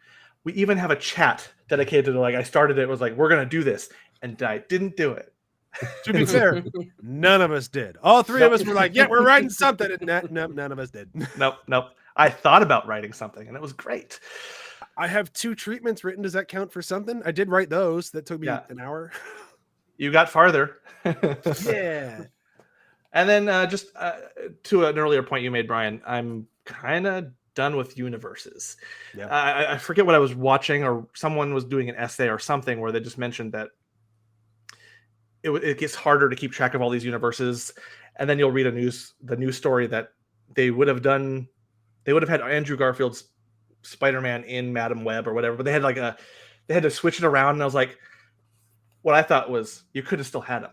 Who cares about the continuity? Oh, I just don't give a crap about these universes anymore. Why are you making a Madam Web movie? Like that's But it's just like the gymnastics that now we've kind of have to fit all these things into a universe. And I used to be kind of into that idea, but now I'm like, who cares if it connects? Good story time. I want good story time. And so it's to your point, like it's got to be a good movie first, and then universe later. So if you do a good movie, the universe can come later. It can work out. Yeah. Or you'll just get a half a movie, like Spider-Verse. Even one of the movies I really liked last year was a half movie. Actually, a couple of movies I liked, but I'm like, no, I will not score you well if you're not going to be a whole movie. Very, very much a stickler on this, with the exception of things like Lord of the Rings, where like it is designed to be three parts. You have faith that you're going to get an ending, whereas with all these part ones, it's like there's a good chance we won't get these endings. Every single part one we got last year got delayed. And I know there was a strike and there's a lot of reasons for it, but still like, no, it's coming out later this year, early next year. No, it's not. None of them are. We have no idea when we're getting next Spider-Man movie. No, there'll be more Spider-Man. Possible. Sure, there'll be more Spider-Man. The animators are like, no. We're dead. We died. We animated too much. Brok, what about you? What were some of your learnings from last year? I mentioned it earlier, but seeing movies in the theater is still fucking fantastic. It is. My dad and I. Meant to be seen, man. Yes, my dad and I, like, Dad's a great dude, but not a great communicator. So sports and movies were like our things, and I'm so happy that my kids, because they don't give a shit about sports. So I'm so happy that they love movies, and since like we saw everything we could in the theater. 2 years ago, year and a half, when the Batman came out, I took my oldest with his closest friend, and we went to go see it in IMAX. They're a little bit on the sensitive side of things, and that very first scene where it's that very intense breathing and just brutal murder, they're like, we kind of want to leave. I'm like, I paid $80 for the three of us to see this in IMAX. We're seeing it. I don't care how traumatized you are. But just even seeing we saw like Trolls 3, I think, like a month or two ago. That was fantastic. Just being in a theater for things. Maybe movies aren't even great. Just seeing things in theaters is so much fun to me. And I want to get back to that. There was one movie I went to last year that I'm like, nah, not even a theater can save this bullshit. And that was the Marvels movie. Paw Patrol movie. Oh my God. Me and Chewy took another family friend and their kid, and all four adults were like, kill me. Just this movie cannot go any longer. Why is it so long? Paw Patrol. I guess that's what matters, but my God, no. I'd rather sit through the Marvels again, and the Marvels was awful. Marvels. What, you didn't like the Paw Patrol lore? So I have a parent hack for you. I don't know if it's a good parent hack or not, but we go see the free movies during the summer a lot. The local theaters do, like, you come in on a Tuesday at 10 a.m. and the movie's free. You just, buy your popcorn or whatever. What I do is I wear a stocking cap when we sit in there, and I put one headphone in and I catch up on podcast while they're enjoying these movies. So for the Paw Patrol movie, I was listening. I'm pretty sure I was listening to Binge Buddies. Hell yeah! During that movie. There you go. Yeah. I think it was one of the Fast and the Furious episodes, maybe. I'm trying to remember the timeline. But yeah, that's my parent hack for movies are going to be awful, but you have to sit through. That is excellent parent hack, and I will 100% take that to the bank. My next one I learned is that content creation is the best and the worst job you could have. I got to work for a large YouTuber for a while, and it was fantastic, but you have to watch the numbers, and it's incredibly stressful. And when the numbers went down, I lost my job, which was a bummer. And then I've also been editing for some channels. The newest one I'm helping work on, I'm an editor and co-writer for, is a YouTube page called The Testing Table, where the two hosts find obscure or defunct tabletop card games from the early 2000s. Oh God. One being the Harry Potter card game, which I didn't know existed. There's a Harry wow. Potter game, Yeah. like Magic the Gathering style card game. Yeah, like there's from the year 2000 like 2009. There's so many card games that try to capture the Yu-Gi-Oh, Pokemon kind of wave. Oh, that makes sense. But I Yeah. totally went over my head. And he gets all these for like $5-10 off eBay because nobody wants these things anymore, and plays them, and then does a video, which none of them are up yet. They'll be coming out in February, of the history of them, and that's been a lot of fun. And like, we're not making any money yet, but it's almost feels better, like because we're just doing it because we're really excited to do it, and hope one day I can get paid for creating things. Today is not that day, so. My next big thing, I learned to disconnect from things a little bit to enjoy them more. I was getting so angry when it came to either sports or TV shows or movies, arguing with people online, or people getting upset about things that feel like they shouldn't be upset about. So I've gotten really good at not visiting subreddits, avoiding or muting things on Twitter. And only like if I want to talk about a movie or a game, I talk about it with you guys because it's fun, and we disagree, it's constructive. Or I can actually know that you guys are making good points and learn from them, as opposed to somebody on Twitter or Reddit who's just probably angry at the world. Great. Yeah. I'm enjoying things again because of it, and I think it's made me less. It's made me a better person almost, because it's less of that cloud hanging over you that just makes you miserable. Yeah. And props, because disconnecting is really hard. It is. It is. I stopped the social media for a while. I don't know if that was 2023 or 2022, but like it was extremely difficult. But I was better at the end of it. I can actually disconnect at will from things, and it's actually pretty great.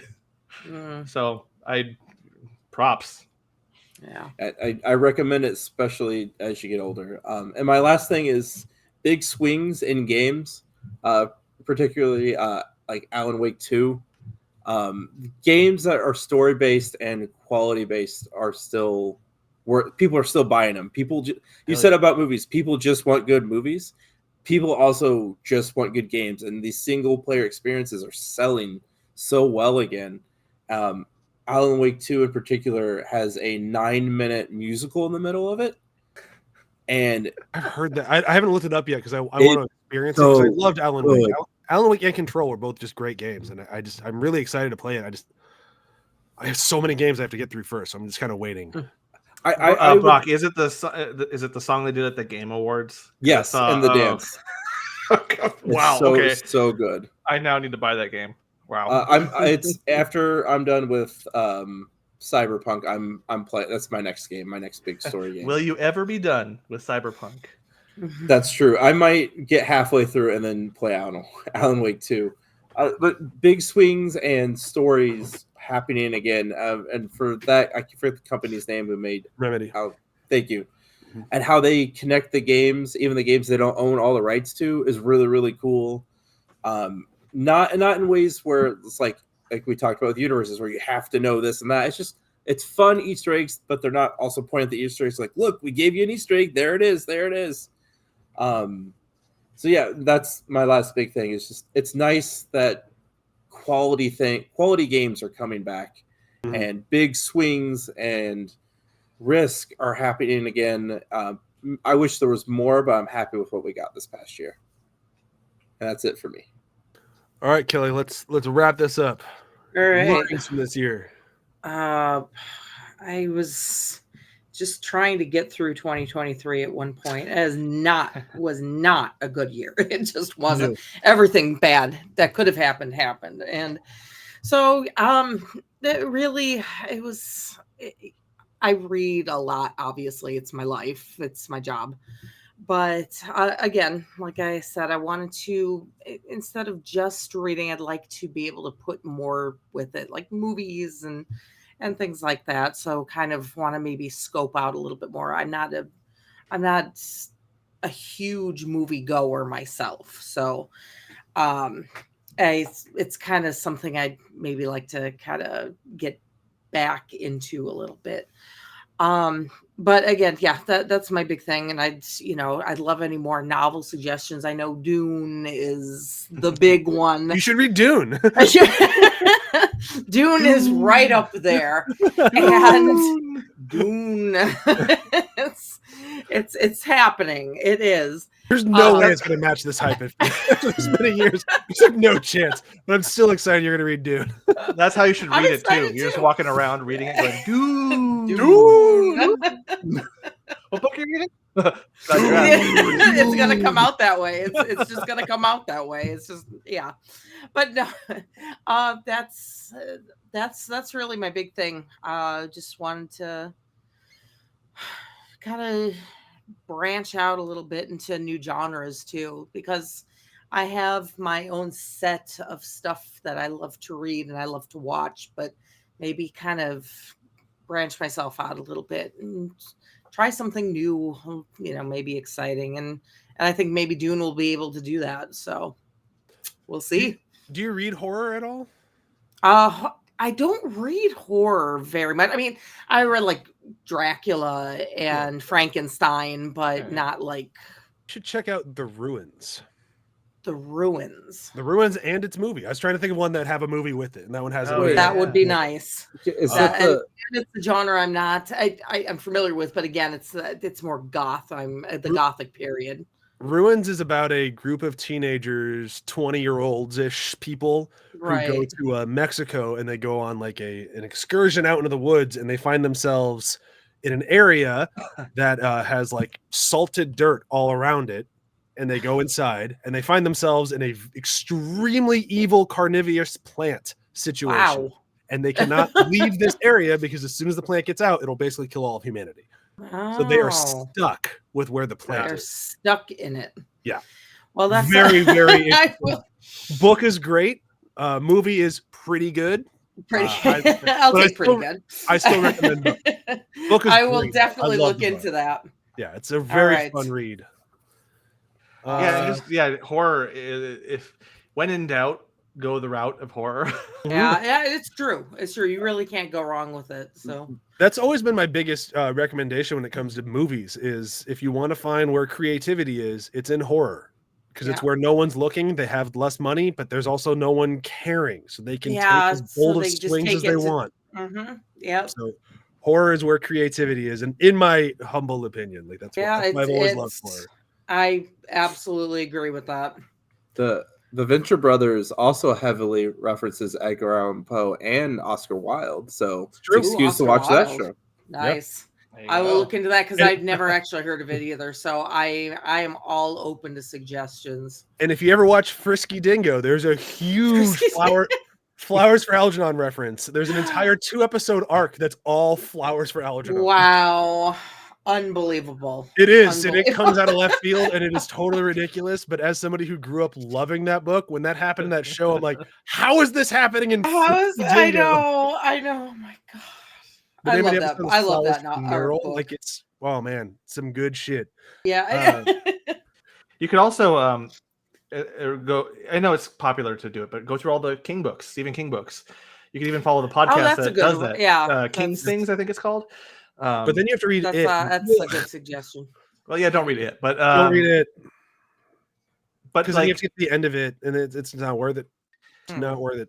But there's a lot of interesting ideas in terms of horror across the books, and even The Shining, the book itself, is like really good. Yeah, good. It's yeah. And then even the stuff after his accident, where he can't finish his stories. Dreamcatcher. There's also very interesting things, and then his son also writes horror things as well. I think Joe Hill. Did I get that right? Joe Hill, yeah. Joe Hill's great. Yeah. So there's a lot of stuff in the King family that's worthwhile, especially if you can't think of one to jump to. Just pick a King one. He's an easy read across all his books. Yeah, that's true. He's very long-winded though. It's easy, but it's always long. It's always too long. You watch all his movies where he was high on cocaine when he was writing them and directing them. Oh dear. Read his short story, baby. Read his short story, The Langoliers. That's a funny one. But also, you're talking about movies made in the 80s. They were all made Oh, by okay, cocaine. yeah. All of them. Oh, Just coke yeah. coming out of their ears. We're over time at this point. I know we had said we're going to try to wrap things up with what are we looking forward to in 2024, but I'm not sure how well that's going to go when we're out of time. So I think we should do a round of plugs, which we've already kind of done in the beginning of the show, but we're going to do it again. And with your plug, you can say one thing from this upcoming year that you are really excited about. Does that work for everybody?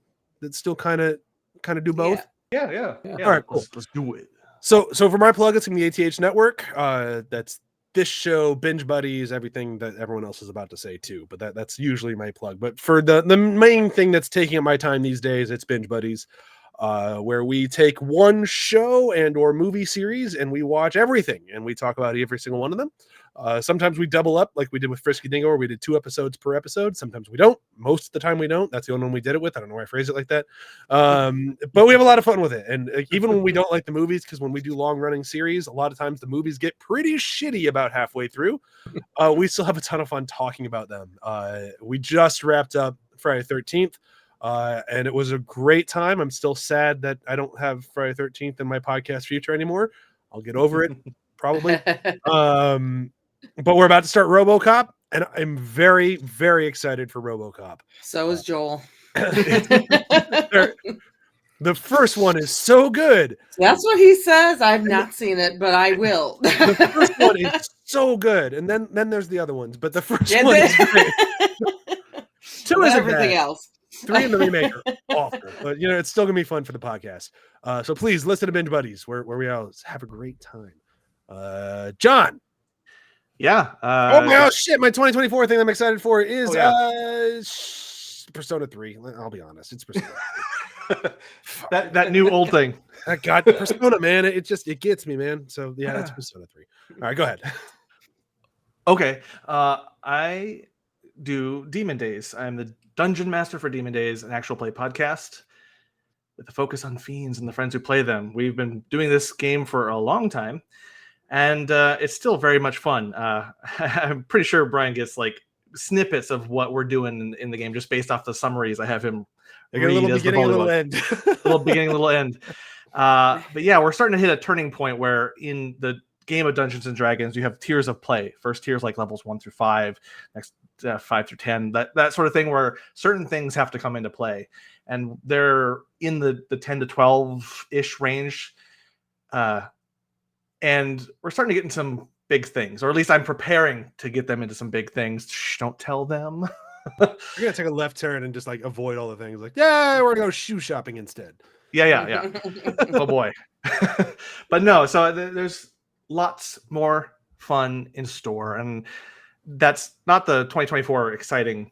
Like, I'm excited for that as a creator, but the big thing, the immediate 2024 thing for me is Dune 2, like the part 2. I'm excited for that, and I'm excited to get back into things again. And that's gonna make that sound sad to say, but it's just like you all said. It's not sad. It's hopeful. It's hopeful. Hopeful, like you all said. Last year was kind of a year. It happened. It happened. We endured, but I'm excited for the new things, the kind of the new habits, the potential.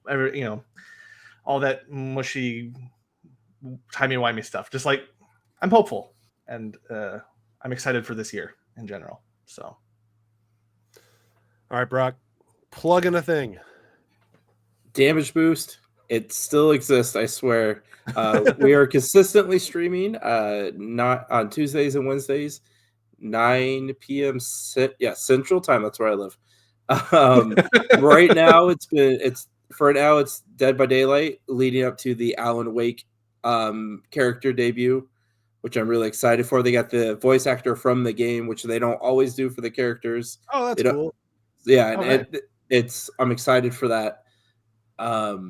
So that's what we're doing. Hopefully episodes sometime soon of the actual podcast, but there's also shorts, YouTube videos that are still coming out with some kind of frequency. And the thing I'm looking forward to for 2024, probably Switch 2. Ooh, that's wishful thinking, sir. I know. The rumor has been consistently that it should be November. I'm really hoping I know. It's But Let's- fucking fun, man. Let's touch base on that. Let's touch back on that next year, and we'll see how you're feeling. I'm I'm guessing hoping. announcement this year, release next year. That's my bet. That makes a lot of sense because if it was coming, you think it would have been that way for last year to this year. So, Yeah. But I'm Yeah. still going to hold out hope. So that's the thing I'm looking forward to, even if it doesn't happen. Or just buy the Switch 2, aka Steam Deck. I see. I would, but children they want to Switch. They need their I get it. Mario fix. So They need their Gotta Switch do it. fix. there we go. All right, Kelly. All right. Well, I'm with Afterthoughts podcast with my husband Joel. He is also with Super GG Radio. So yes, coming up we are doing the Return of the King and the Two Towers. So that is our very, very next and up and coming.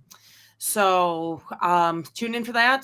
Tune in for our cast list and see who you might think of, as potential, this is in a dream world kind of, cast. So anyway, that's our next exciting up and coming thing.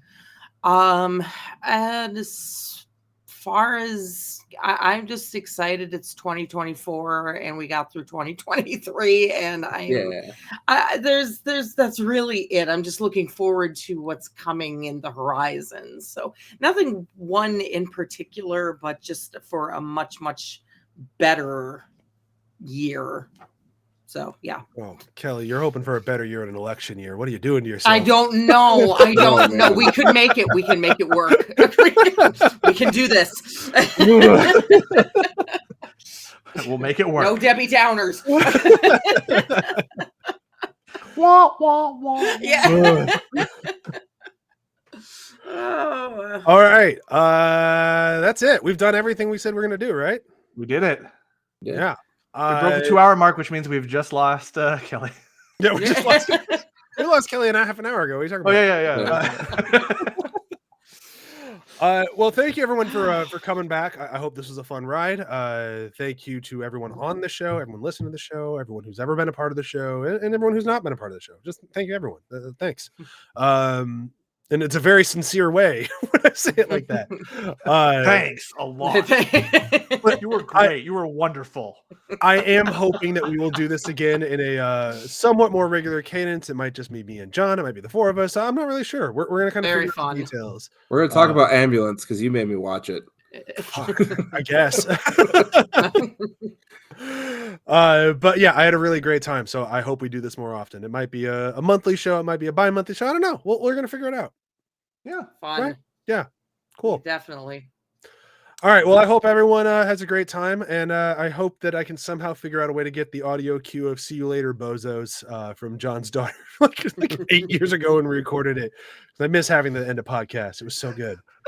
So if you hear it right now, we figured out how to make it happen. We'll get a soundboard going. I'll invest in one. It's like, see you later, bozo, bozo, bozo, bozo, bozo, bozo. She said it so good. Like it was the best podcast outro ever. Legendary. Legendary.